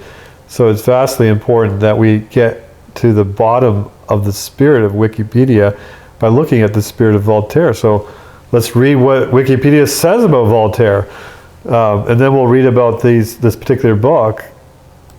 So Voltaire, who his name was Franz. I should know French because I'm Canadian, but I don't. Sorry if this insults people if I don't say it quite right. I tried to listen to it pronounced, and I'm not very good with that. So Francis Marie Arouet. You have to be French to say it right, I guess. Who was born November 21st, 1692, and died May 30th, 1778. Was known by his nom de plume, Voltaire. Was a French Enlightenment writer, historian, and philosopher, famous for his wit, his criticism of Christianity, especially the Roman Catholic Church, and his advocacy of freedom of religion, freedom of speech, and separation of church and state. So that very harsh secular drive and mindset is embodied in this man like almost none other. I can mention several others that came before him and after him, but Voltaire is someone I'm focusing on today. He was a versalite and a prolific writer, producing works in almost every literary form, including plays, poems, novels, essays, and historical and scientific works. He wrote more than 20,000 letters and more than 2,000 books and pamphlets. He was an outspoken advocate of civil liberties, despite the risk of this placed him under the strict censorship laws of the time. As a satirical polemicist, so sarcastic arguer, for those who don't really understand those words, he frequently made use of his works to criticize intolerance, religious dogma, and the French institutions of his day. So, in the essence of what he professed to be, that was a noble enterprise, which there were very great and godly people who did that properly. But he was like Socrates. Socrates was of a different spirit than Voltaire. So there should be a comparison made. We don't really know quite a lot about Socrates, but so the story goes from his students that tell the story about him. He was a gadfly and satirical, somebody who is poking at the lack of morality and lack of honesty and sincerity of people's beliefs, which obviously upset so many people. And of course he was poisoned for doing that. But what you have was him promoting morality and honesty and integrity, and on a different spirit, different level than Voltaire, who was just unsparing. Well, you can be unsparing, but he was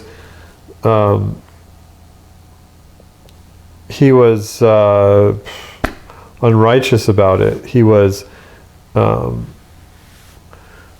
honest about it. I mean, I'm going to focus on the lack of honesty. I'm not going to get into any particular details about him other than what we can clearly verify in his own words.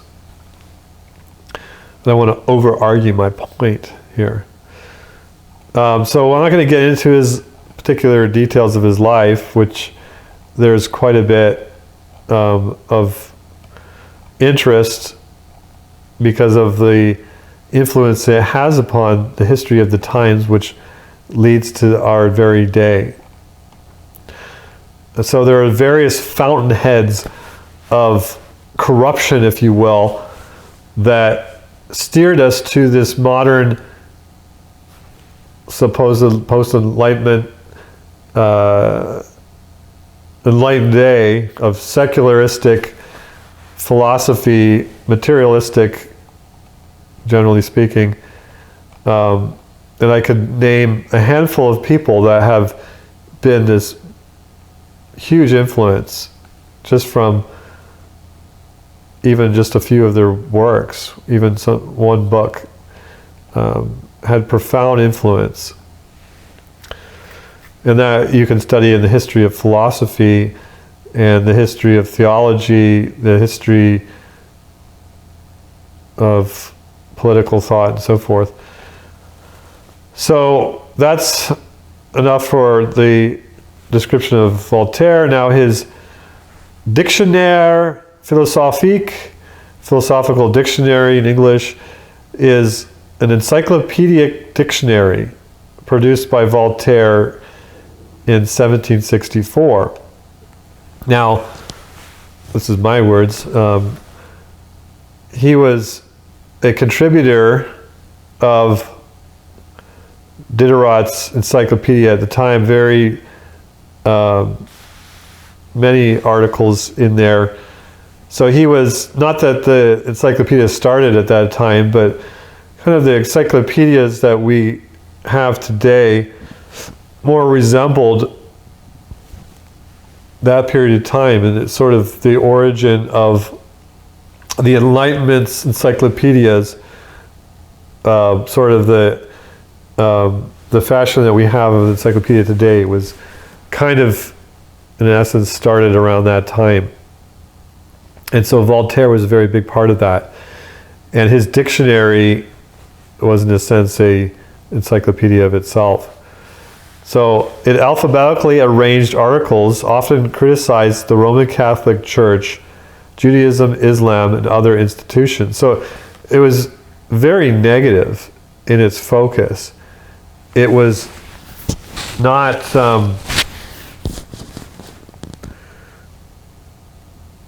like it was, he had an agenda to go after these institutions, which it wasn't really fitting for a dictionary, because, you know, when you're fighting,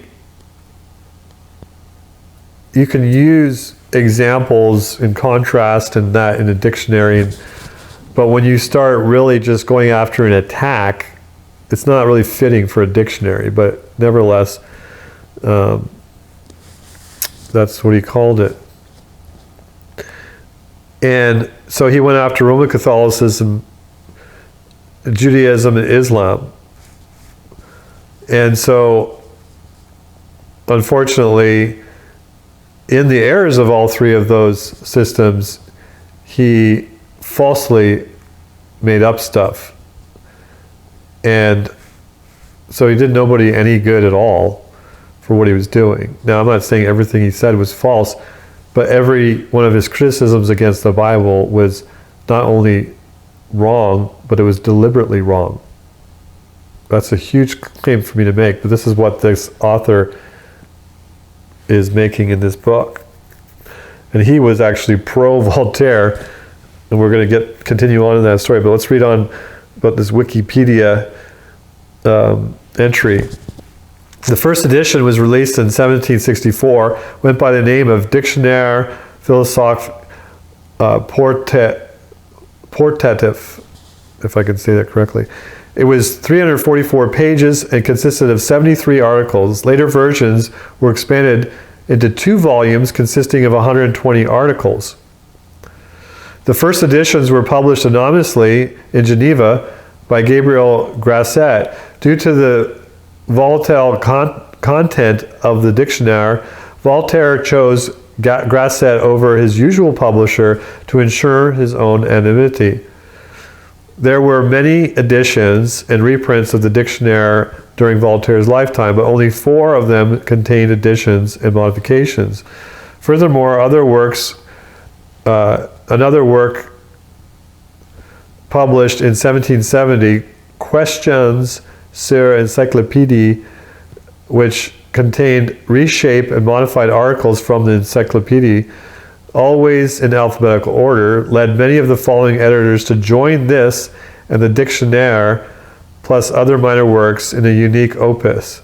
The Dictionnaire was a lifelong project for Voltaire. It represents the culmination of his views on Christianity, God, morality, and other subjects, and yet it embodies the very easy verification of his absolute evil depravity. It shows how dishonest a man he was, and yet here he was, esteemed by the intellectuals, the skeptical intellectuals, as the master, the one who saved us from this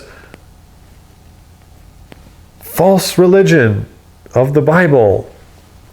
Because, of course, the Bible was misrepresented by people who claimed to be adherents of the Bible. And could Voltaire bother to notice that? No. Now, I am equally zealous as Voltaire was in destroying false religion, but doing it honestly, doing it with respect. You don't put somebody down, even if they are evil or deliberately deceptive. If you just merely mock people and ridicule them, you think you're going to save them out of their deceptions? That doesn't help them. Sometimes you got to shake them up and it will seem insulting, but there's a difference between having true love in your heart and really caring for that person and really identifying with them and not having a superiority over them, but a true humility. And that's what he was completely lacking. And so does so many in our day who take that same mantle. So his reception, the reception of this book, of the Philosophical Dictionary at the time was mixed. On the one hand, the book saw a very strong reception on the part of the general public. So remember that, because this book talks about it. The first edition quickly sold out. Many more editions were needed to keep up with the demand. Enlightened rulers such as Friedrich II, I'm a Friedrich, of Prussia, and Catherine II of Russia both have been recorded as supporters of the book. And I'm one of the rare Friedriches that are going in the right direction of the philosophy. I said that to my brother, we must redeem the Friedrich name.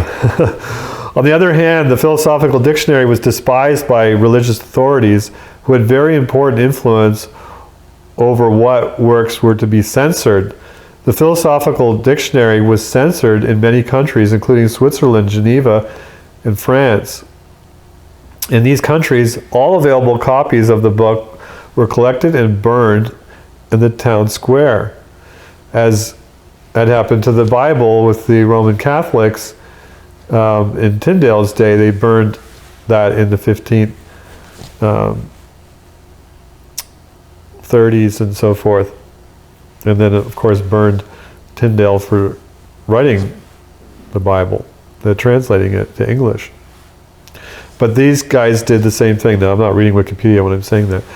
Voltaire, who remained an anonymous author, was repeatedly asked if he minded that the book was the portative, or however you say it, was being burned. But he calmly replied that he had no reason to be upset. Well, because he knew it was a big farce, I guess, but whatever. Anyway, that's the entry that I wanted to mention in Wikipedia, and we'll go back now to the book. And he says, I was led again casually to read the book whose author I knew stood at the head of the infidel army. The man with whom I boarded bought that book, and he cast it in his library. I read it, and some months after, not knowing, but I might have been mistaken in my first impression, I read the work again.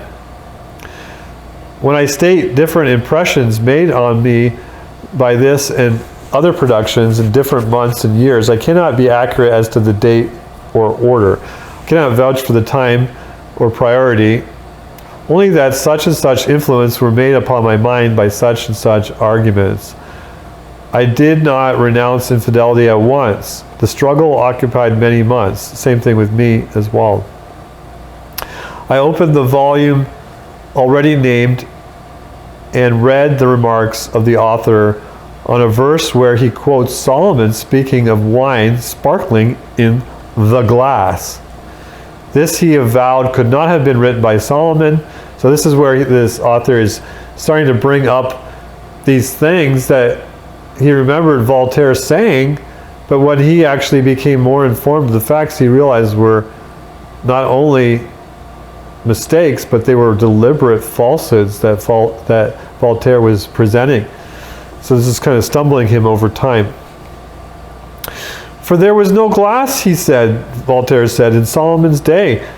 My blood ran somewhat cold on reading this, but I had then read because I had read some history. I knew that Archimedes was said to burn the Roman fleet with burning glasses, which no one thinks of disputing. And we have no more account of glass in the days of Archimedes than we had in the days of Solomon. I knew that Voltaire knew this, and that it was not through ignorance that he penned his assertions.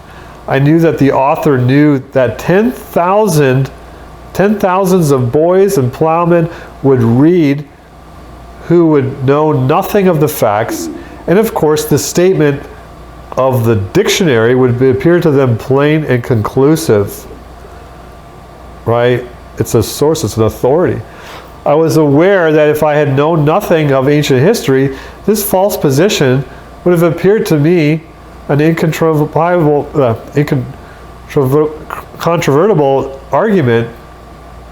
How strikingly were my impressions of the unfairness of this author afterwards confirmed by finding that the words quoted by him, I can't read it in French, brille dans la vraie, it giveth the color in the cup, Proverbs 23:31, stands in the common French Bible as le coupe, and yet he had translated le verre.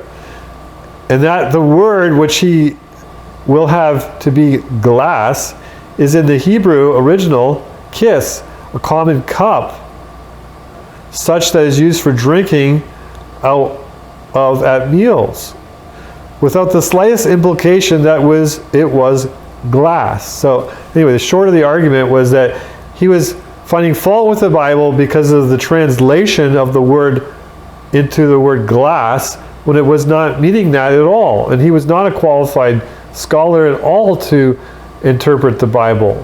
He was not at all learned to be able to say this. And all these people, like think of Isaac Asimov and these people that become professional in their one field or two fields, and then they become the expert on everything. And then they start criticizing the Bible as if they're capable of even reading a Bible dictionary to see that. So this is what Voltaire did.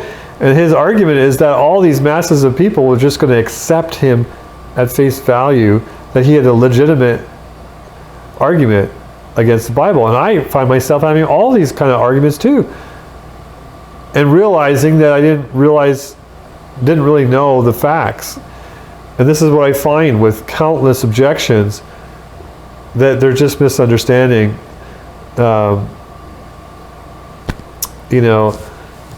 various things that over the last 2,000 years, many people have realized more of the facts, why they had, and so the objection has disappeared.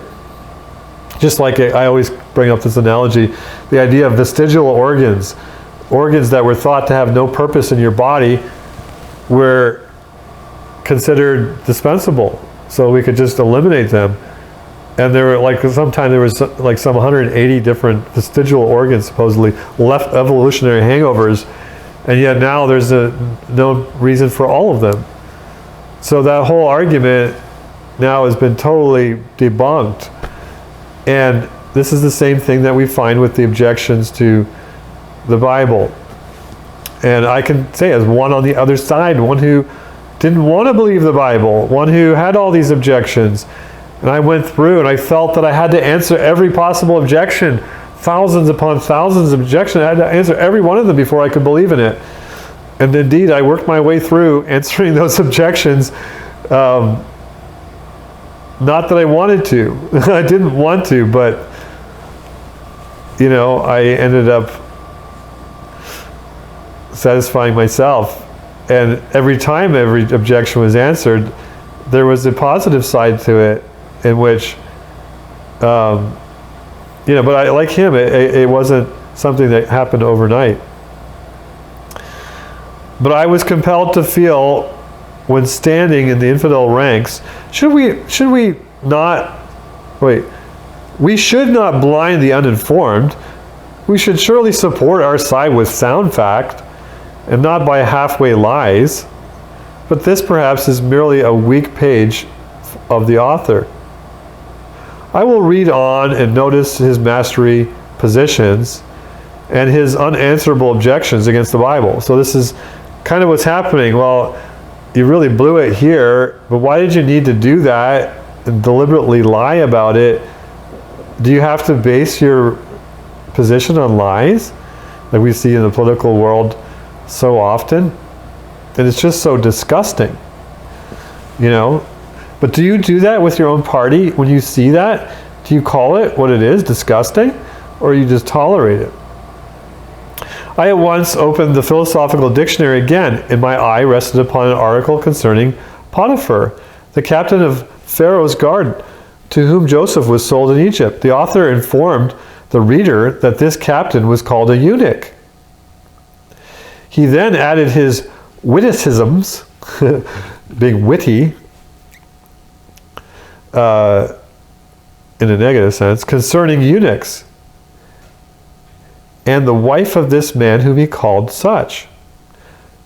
This was the amount of his salt. As I closed the book, my feelings were not easily described. I knew that eunuchs were employed in the king's palaces for so many centuries as managers, directors, superintendents, etc., that it would be strange if the two words eunuchs and officer had not become in those days synonymous, so that as to mean nearly the same thing, or so at least as to be used interchangeably. I knew that Hebrew scholars agreed among themselves in calling the words alike, so far that they were in ancient days used indiscriminately. The author of the dictionary did not inform the reader of this, although his information extended to all such things. He knew it to be the case. He was not an ignorant man in that sense. He could very easily open a Bible dictionary and see the original language meaning and the times. To the minds of the 10,000 times 10,000s untaught readers, I knew that the language of the learned author would appear to hold up to the page of Moses the desired ridicule. But I had reason to exclaim, our leaders should use fair argument founded on truth and not quibble, and that quibble on falsehood. Surely we have actual objections to offer against the Bible. Why should we use lies or trust in them? But surely those 2 articles were written in an unguarded hour or at some unthinking moment of levity. That's another thing. They're very full of mocking, laughing. The night shows are just the same spirit. They're evil people just mocking. You could just see, I mean, some of these people are like Satanists. They're just so evil. And I'm not saying they're Satanists because they're evil. I'm just saying some of them are actually. And they're just, you can see their evil jokes that are based on lies, and it just comes out, and they mock it, they laugh about it. That's all. I don't even know what to call it, but it's worse than sophistry, a perversion of argumentation. It's done in more than just levity. It cannot be, and I feel like I'm not going to be doing justice in this video to what needs to be really said about all this, but I want to do something again rather than nothing. It cannot be that the gray-headed philosopher made use of willful perversion or false painting continually. If he did, I am in bad company. I must see further into this matter. I must read again. I read again, and what was my surprise to find every article of this description. I read on, and there was a seeming objection to the scriptures, but to the unlearned only. That which was painful was that these objections were mostly built upon a statement really false. And if a half-read youth could see its fallacy, then the learned writer could, of course. He must have known its falsity at the time of writing. I then concluded to read on until I passed through the book.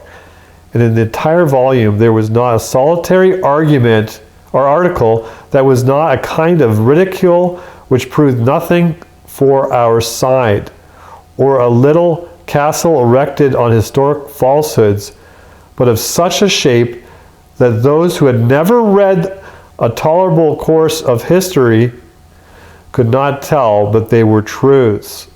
That's the whole point that I'm trying to make in this video. That the masses were deceived by the disguise and the claim of authority and the prestigiousness of the book and the elegance of it, the hype of it, the form of it was seducing to the general public, which is what Wikipedia is doing, which is what so many, the college courses today, when we're dealing with the physics, when we're dealing with all the different important subjects that affect humanity, are done in the same way today, but even more sophisticated after 300 years of this practice.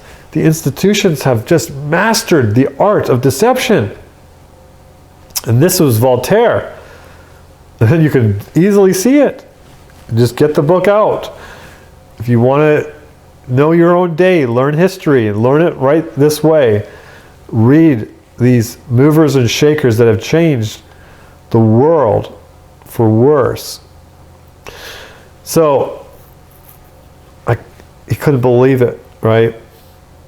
And this is what the objective was to mislead the masses with lies. And yet, for the most part, those lies he never got accountable. He never was held accountable for those lies because of the prestigiousness of the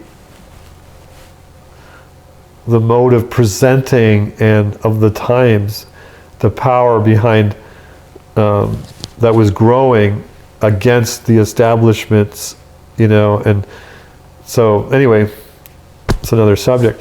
I knew that those who had made no more than 1 year's close perusal of ancient history could detect these lies of my champion, the leader of the army of skeptics, as easily as a skillful judge of money can tell a counterfeit dollar from one that is genuine. Yea, as readily as a naturalist can tell a goat from a sheep. The thought passed through my mind that a good cause never did need a stream of falsehood to sustain it. This is both Republicans and Democrats are filled with their own set of lies to disprove the other. Do they really need the lies to prove their point? There's plenty of other lies on both parties to point out and disprove both of them. And the other ones too.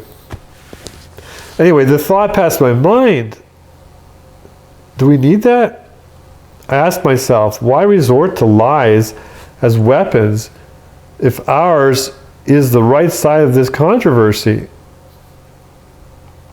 You know, and I did that as a kid too, in my opposition to things that I did not like. And I found it disgusting, though, when I found other people deliberately lying,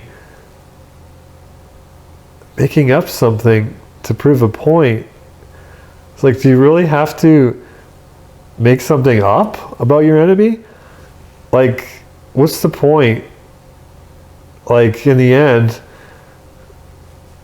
why be upset about somebody's wrongdoing if you're going to do something wrong yourself in the process? Like, it just doesn't make sense. So it seems strange that in the philosophical dictionary, a book written by one so able and so famous, there should not be a fair argument. One truth unmixed with a lie. Not one. This whole volume. Evidently it was the full volume, because this was years later that he was reading it. I could have felt like I could have felt more like retaining my infidelity if there had been only a few positions based on historic fact, a few fair, truthful objections to the Bible amid the chapters of misrepresentation. But I could not find one. Not one. And the guy right now is still a skeptic. He's still a deist. And his eyes are bulging. He's like, what's going on here? He's getting awakened to the grand conspiracy of Voltaire and the company of like-minded perverse minds. Prestigious, perverse, learned minds. Because we're all learned in our own way. It depends on the company you keep.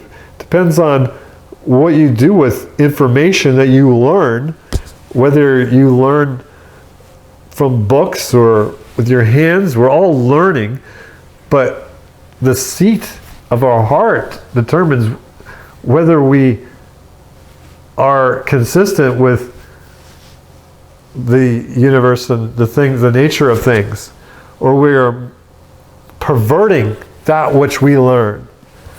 Okay, so you don't have to go to college or school or get degrees. Like, I was talking to a PhD this morning who I knew 30 years ago, and I met up with them after 30 years. And we talked about this. That's one more reason why I want to do this video. And he was telling me all the schools he went to, and this is a good school, and that one. And I was saying to him that I was never satisfied with any school that I found. I even went to one of the same schools that he went, just for one course. And I was like, my teacher told me not to stay at this school because he said it's not intellectually challenging enough. It was a Bible college, which some of my family has gone to. And I moved on. I was not satisfied spiritually and academically with these schools. Anyway, going back to the book, because that's me, I go off topic. But if I just wanted to read the book, I would have just told you to read the book and not had a video about it. So it's about commentary. Anyway, he says, I looked over it again and I could not find not one place where he wasn't deliberately, not mistakenly, deliberately misrepresenting the truth. Not one. I knew that a mask might be so painted that a child of 1 year old might take it for a human visage, but one more grown could not be thus deluded. And the maker of the mask especially would know that it was not a human face. Thus I was forced to remember that the paintings of the great Voltaire would seem realities of the infants in history, while those more advanced could not be so deceived. But the most painful of all to the heart of the deist is that the philosopher himself was not deceived, but knew his productions would blind the ignorant alone. That's very painful. When the head of your company, the embodiment of your philosophy, is an altogether liar, an absolute liar in every case. I mean, people can be mistaken, but to knowingly deceive so that you can deceive the masses, that's deep. That's why I am focusing on him, because we have this fountainhead that needs to be singled out, and because it relates to us today. I have found that I must read on. Was it so in other authors or in other writings of the same author? I continue to read, and I must give the reader other examples of what I found, that it may not appear either prejudice, exaggeration, or passion when I state it again. Well, I won't have the opportunity to do that, but I will give you the book. You can read it online, Google Books. You can find it and read. I won't have the time to go into all the rest of them, but anyway, I don't want to be guilty of prejudice, exaggeration, or passion when I state again that I could find no seeming argument in any book advocating my system of unbelief, which any boy who had a moderate research in history could not see was a mixture of hatred and untruth. So we're going back to, he's going to mention Thomas Paine, who was another equally vicious perverter of truth and liar in the same way. Not that he didn't have a lot of things to say on other matters that were true. I'm not disregarding that. I'm not a person that over-argues a point, that can't find truth even in bad circumstances and bad displays of falsehood. So after reading the philosophical dictionary, the inquiry presented itself. May not something more able be found in other productions of this author whose fame has reached around the earth? May he not have reserved his strongest weapons for other volumes and other times? I mean, I think I read the number of productions he produced. I mean, a real fountainhead of false knowledge. I opened another book and read. What was my surprise to find there the same spirit, the same manner, the same texture of plausible falsehoods and expert ridicule, sophism, there was a good word. I lost it in my head that I wanted to bring out. I'll try and remember it. That completely describes that spirit. I might present the reader other volumes of instances, but it is not expedient here. It is, however, necessary that a proper number of fair examples should be presented to show what is meant by a mixture of untruth and irony. Right? The irony is what sells.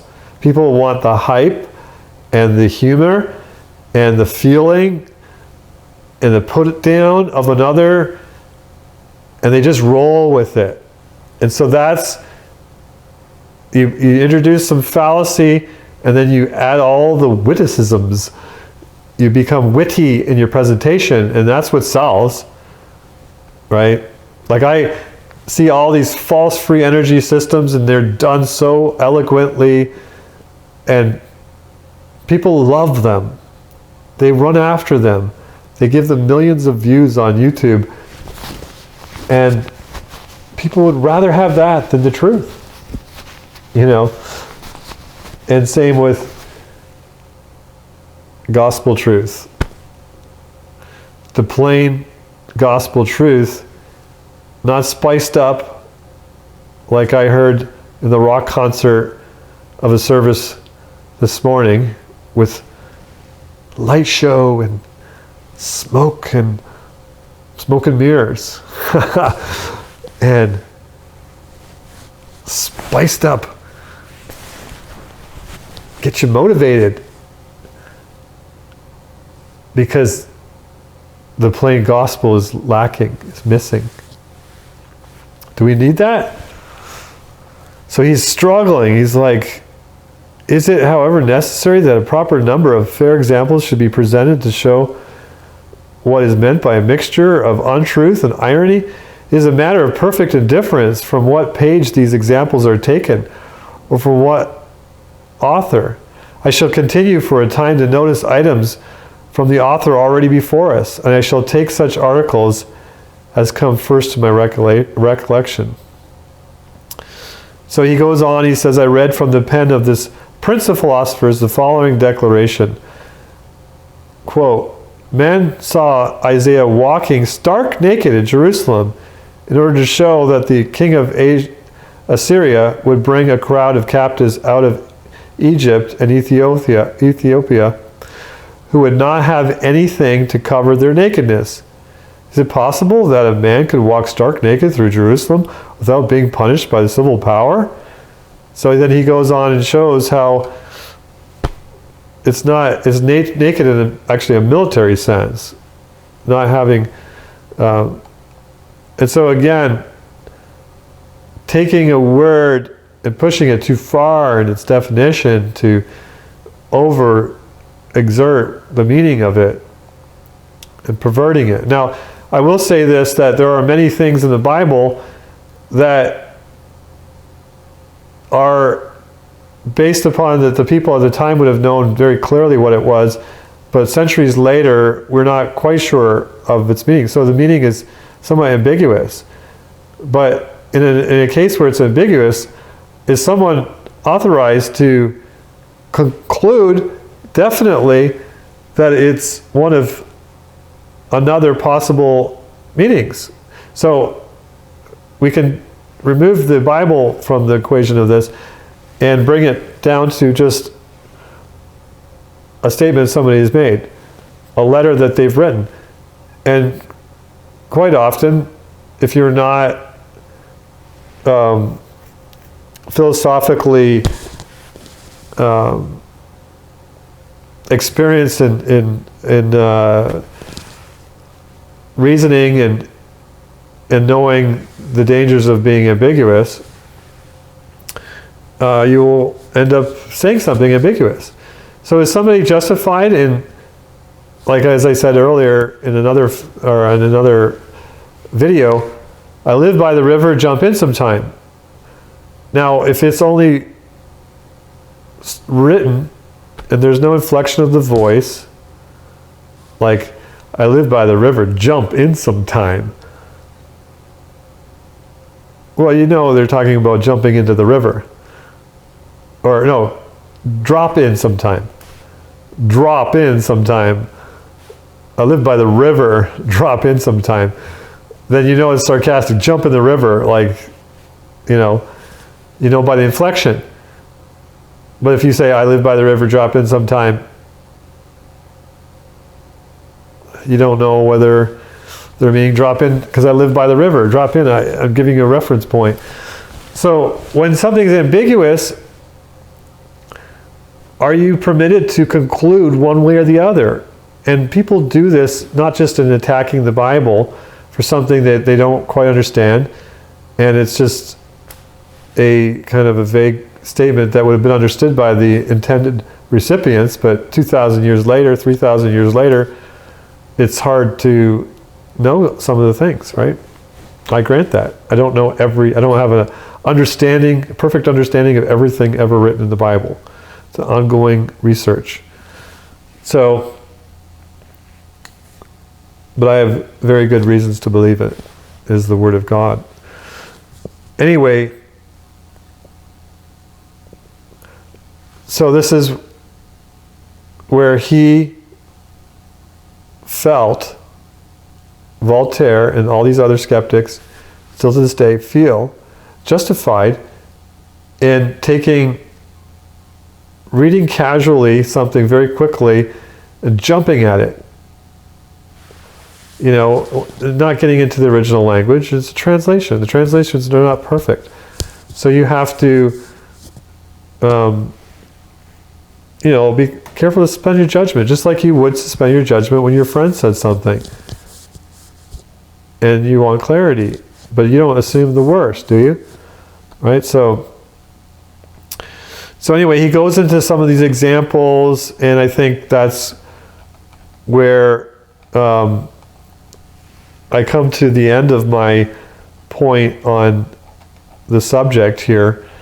And then, of course, he ended up coming through this whole experience and realizing, that all these people were perverse to try and maintain their position, and it made him look more squarely at the position itself and actually consider the Christian evidences in their own right, and was amazed. And this is where he belongs to this large body of intellectuals and movers and shakers throughout history that have started out being skeptics and come through a slow process by the facts. And so I love to gather these books and publish them, and I published quite a few books myself of such of these authors from a long time ago. And so it's kind of more than a hobby for me, it is a ministry. So anyway, he struggled with that, realized these people were liars, and so that's really the idea of what I'm talking about here. The cause of infidelity is a departure from the truth. It's by its own definition, unbelief is a disbelief of the truth. It's not a lack of knowledge of the truth so that you're mistaken. It is a turning away from the truth, of obligation to be honest, and it is a control to try and create your own reality, which is the big agenda, literally speaking, today, is what people say, you want to create your own reality. So you're perverting the natural revelation of God inside of yourself. And I want to go over that in painstakingly detailed. I have a lot of books on that subject, but I want to organize it in such a progressive way from beginning to end and show those things. So, in contrast, I've been contrasting throughout this video what you should do as opposed to what's not being done. So there is healthy skepticism, in which is saying, says who? When somebody says something, makes a claim, okay, what's your justification for that? And there is, what I have to do in this book is develop the different levels of knowledge and revelation. So there's the difference between truths of demonstration that have to be demonstrated, that they're not self-evident, and then the self-evident truths that are instantly recognizable and they're undeniable. So truths of intuition along those lines are like your own existence. You cannot conceive, you behold your own existence intuitively and it's irresistible. It's impossible for you to deny it. So some people will call that a prejudice. But it is, to you, undeniably real. So there are various truths like that. You cannot argue for their existence because they're known by the beholder infallibly. And they can't be denied. So those are different than truths of demonstration, where you have various facts that have to be presented in a way that you deduce an outcome from these facts, but they're not self-evident. You cannot know until you behold them as well. And then there's the idea of testimony, and we have to get into all that. But what we have is the perversion of that with slight fallacy, where you introduce some diversion of the mind and you add a falsehood, sneak it in there, the way you phrase the sentence, the way you've added some ambiguity on purpose to mislead the hearer and to pressure them into a conclusion. Because people like Voltaire were not interested in making disciples of truth humble and plain. They were interested in having a particular agenda, whether it's based upon revenge or some power trip or something. They were interested in controlling people by manipulation. And this is what Wikipedia does. And I'm giving Wikipedia as an easy example that's not controversial. There's no controversy in saying that Wikipedia is full of lies and is suppression and has that spirit of Voltaire. There's a whole bunch of truth mixed with lies. So you look at various pages where you have examples of false claims on some particular matter, whether it's health related or some scientific matter. You look at their article on creationism, and what it is a straw man. I want to do a video on straw man. I was going to do a video on what's his doodle on YouTube, electro boom, and he's got the very same spirit as Voltaire in areas of science, and he's got that mocking, belittling attitude and straw man mentality against his opponents. And all he is a college level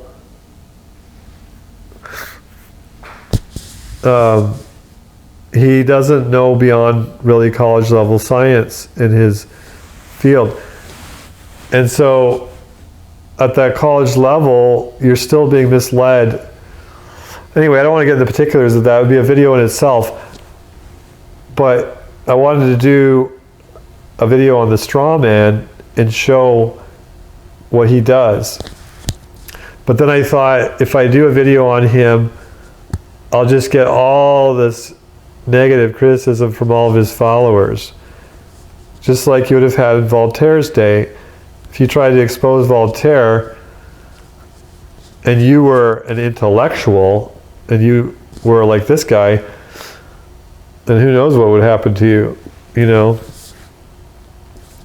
So Voltaire his works were burned, but now the Voltaires today are doing the burning. They own the universities. They have the money. They have the power to suppress opposition. So they are the establishment. So the establishment changes flavors, if you will. More or less always has a religious power in some way. But anyway, Wikipedia is a powerful influence because you type it in and Google sends you there. Google and Wikipedia, the source of all truth. It's going to be becoming an increasingly problematic thing in the future, where Google is going to be one of the worst enemies, the most oppressive forces, because it knows everything about you. It's tracking so much, right? So you go, what do? You type in, and when it started out, it was a lot better, but now it's commercialized. I mean, it's always been commercialized, but now you can't really find what you're looking for and anything that's important. Even commercially, you're not finding the products that you really want. You're finding the more expensive ones first. And you've got to go through hundreds of pages before you find something, and then it's still not even there. So there needs to be a whole new change. But I'm bringing this up because it affects you, just that and the search engines alone. But what is the spirit of it? Let's look back, look at Voltaire, look at some of these guys, and realize this, pinpoint it, call it for what it is, and don't fall for it. And I think we're moving into a day where more and more people are seeing, your experience counts more than your degree. And I am the embodiment of that, where I got so many jobs and did so many things based upon my experience and worked at it. I know several different trades, and it's been a rewarding life to be able to do all these different things, and master of none, I guess you could say. But you have this day where, when I grew up, you really, unless you had certain degrees, you couldn't do, anything. So I just always got in through the back door, I guess. I was describing how I became a residential counselor because I worked hard at this camp. Then they invited me to take a quadriplegic guy who I took care of in the camp for 2 weeks. I took him down to Disney World, and this was before wheelchair access. Can you imagine? I had to change a 200-pound man in a wheelchair in a bathroom. So I worked hard at that job, and then I came home from that, and they invited me to work in the home. And usually you had to have a bachelor's degree in that field to become a counselor like that, and I didn't. So, and then I did other things, like as a mechanic, and largely self-taught. I mean, I did go to school for some things, but the school system is just,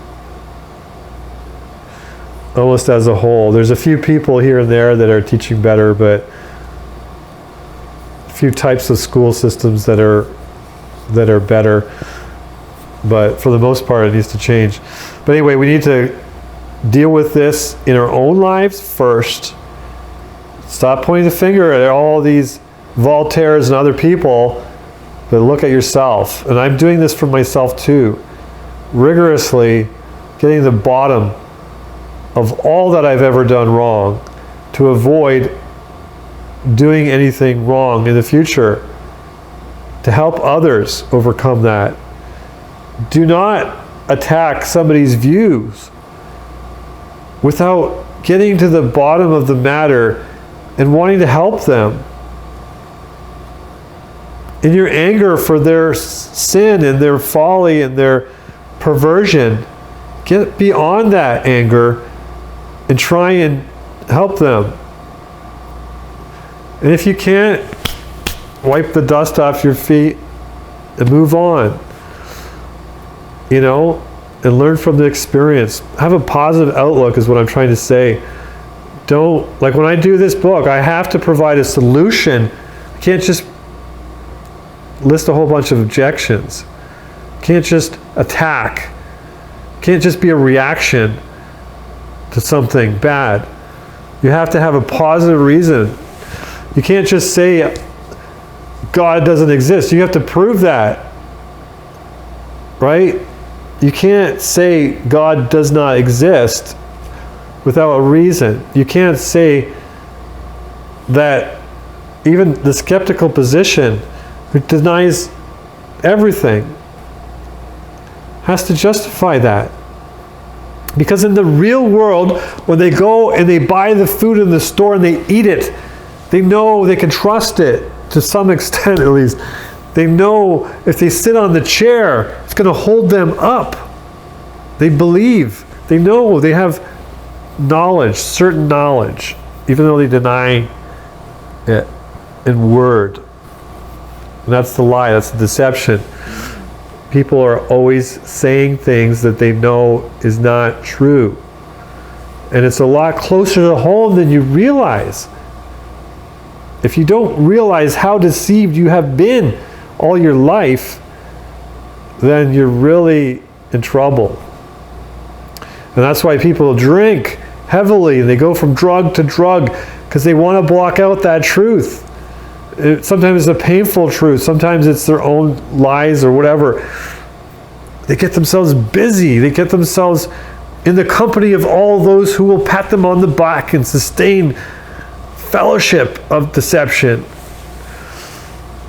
So be careful of who you associate with, who will bring you down.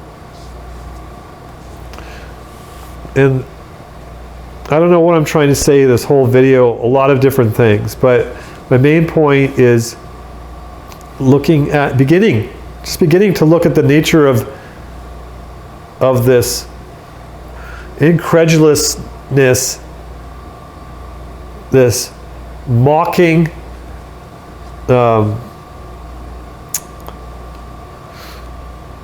prestigious jargon. There's so many more words I can give, but like I said, I don't have this scripted and I'm just thinking about a lot of different things all at once. So I hope this helps. And this is where I'm coming from. This is where I'm moving towards getting to that foundation of truth in every subject matter and building upon. We don't start at the roof, guys, and work down to build a foundation. How foolish. So we shouldn't talk about issues and have all these controversies without knowing any of the first truths. All the false philosophies, the worldviews, are all based right at the very beginning on a false assumption, which they are building a logical continuation of that false premise, that false, subtle point. And they can be logically tight the whole way through. And you can spend years battling them, and you're going to lose because you're not going right to the foundation point, the stem of it. So you can have a whole coherent system. It can be internally consistent, but it can be based upon one false premise or multiple false premises. And that's where people, they love the symmetry of the philosophy, the elegance of it, the hype. Whoa, the prestige of it, everything is just so marvelous. It's a painting. But yet it's not real. It doesn't correspond to reality. It's science fiction. Doesn't matter though, because who cares about reality? Well, you do. Like one philosopher said, he was from India, and he was Ravi Zacharias, actually. He's another friend of the family, a famous Christian philosopher, and he said, you know, even in India, it's not either or, both and. I mean, it's not doesn't matter one way or the other. When you cross the street and the bus is coming, I'm trying to say it in his accent, it's either the bus or you. It's not both. You know, like, you can have this philosophy, this religion, and all this talk, right?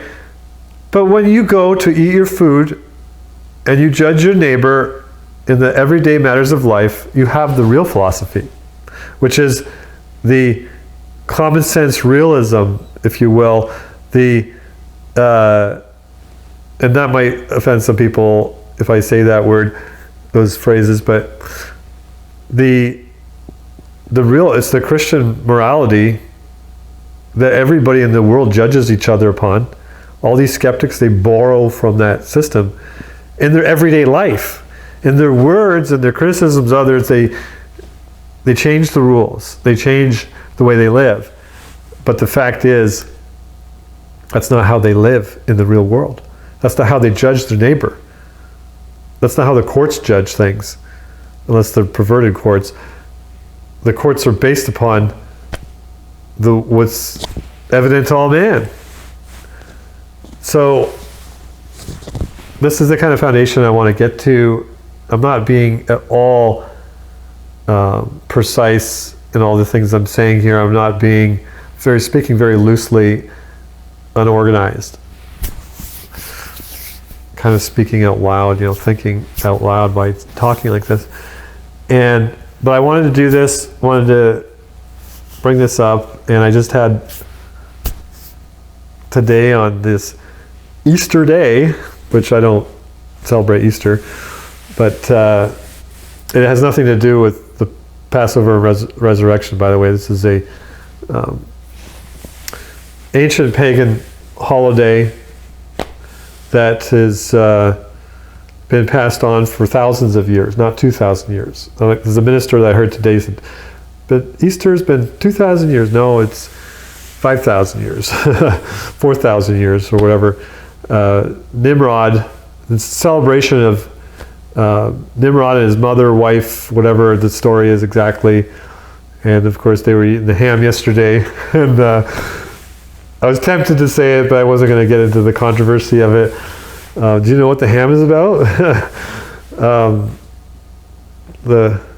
The boring of Nimrod from the wild boar that supposedly killed him, and all that. So know your history. Look it up.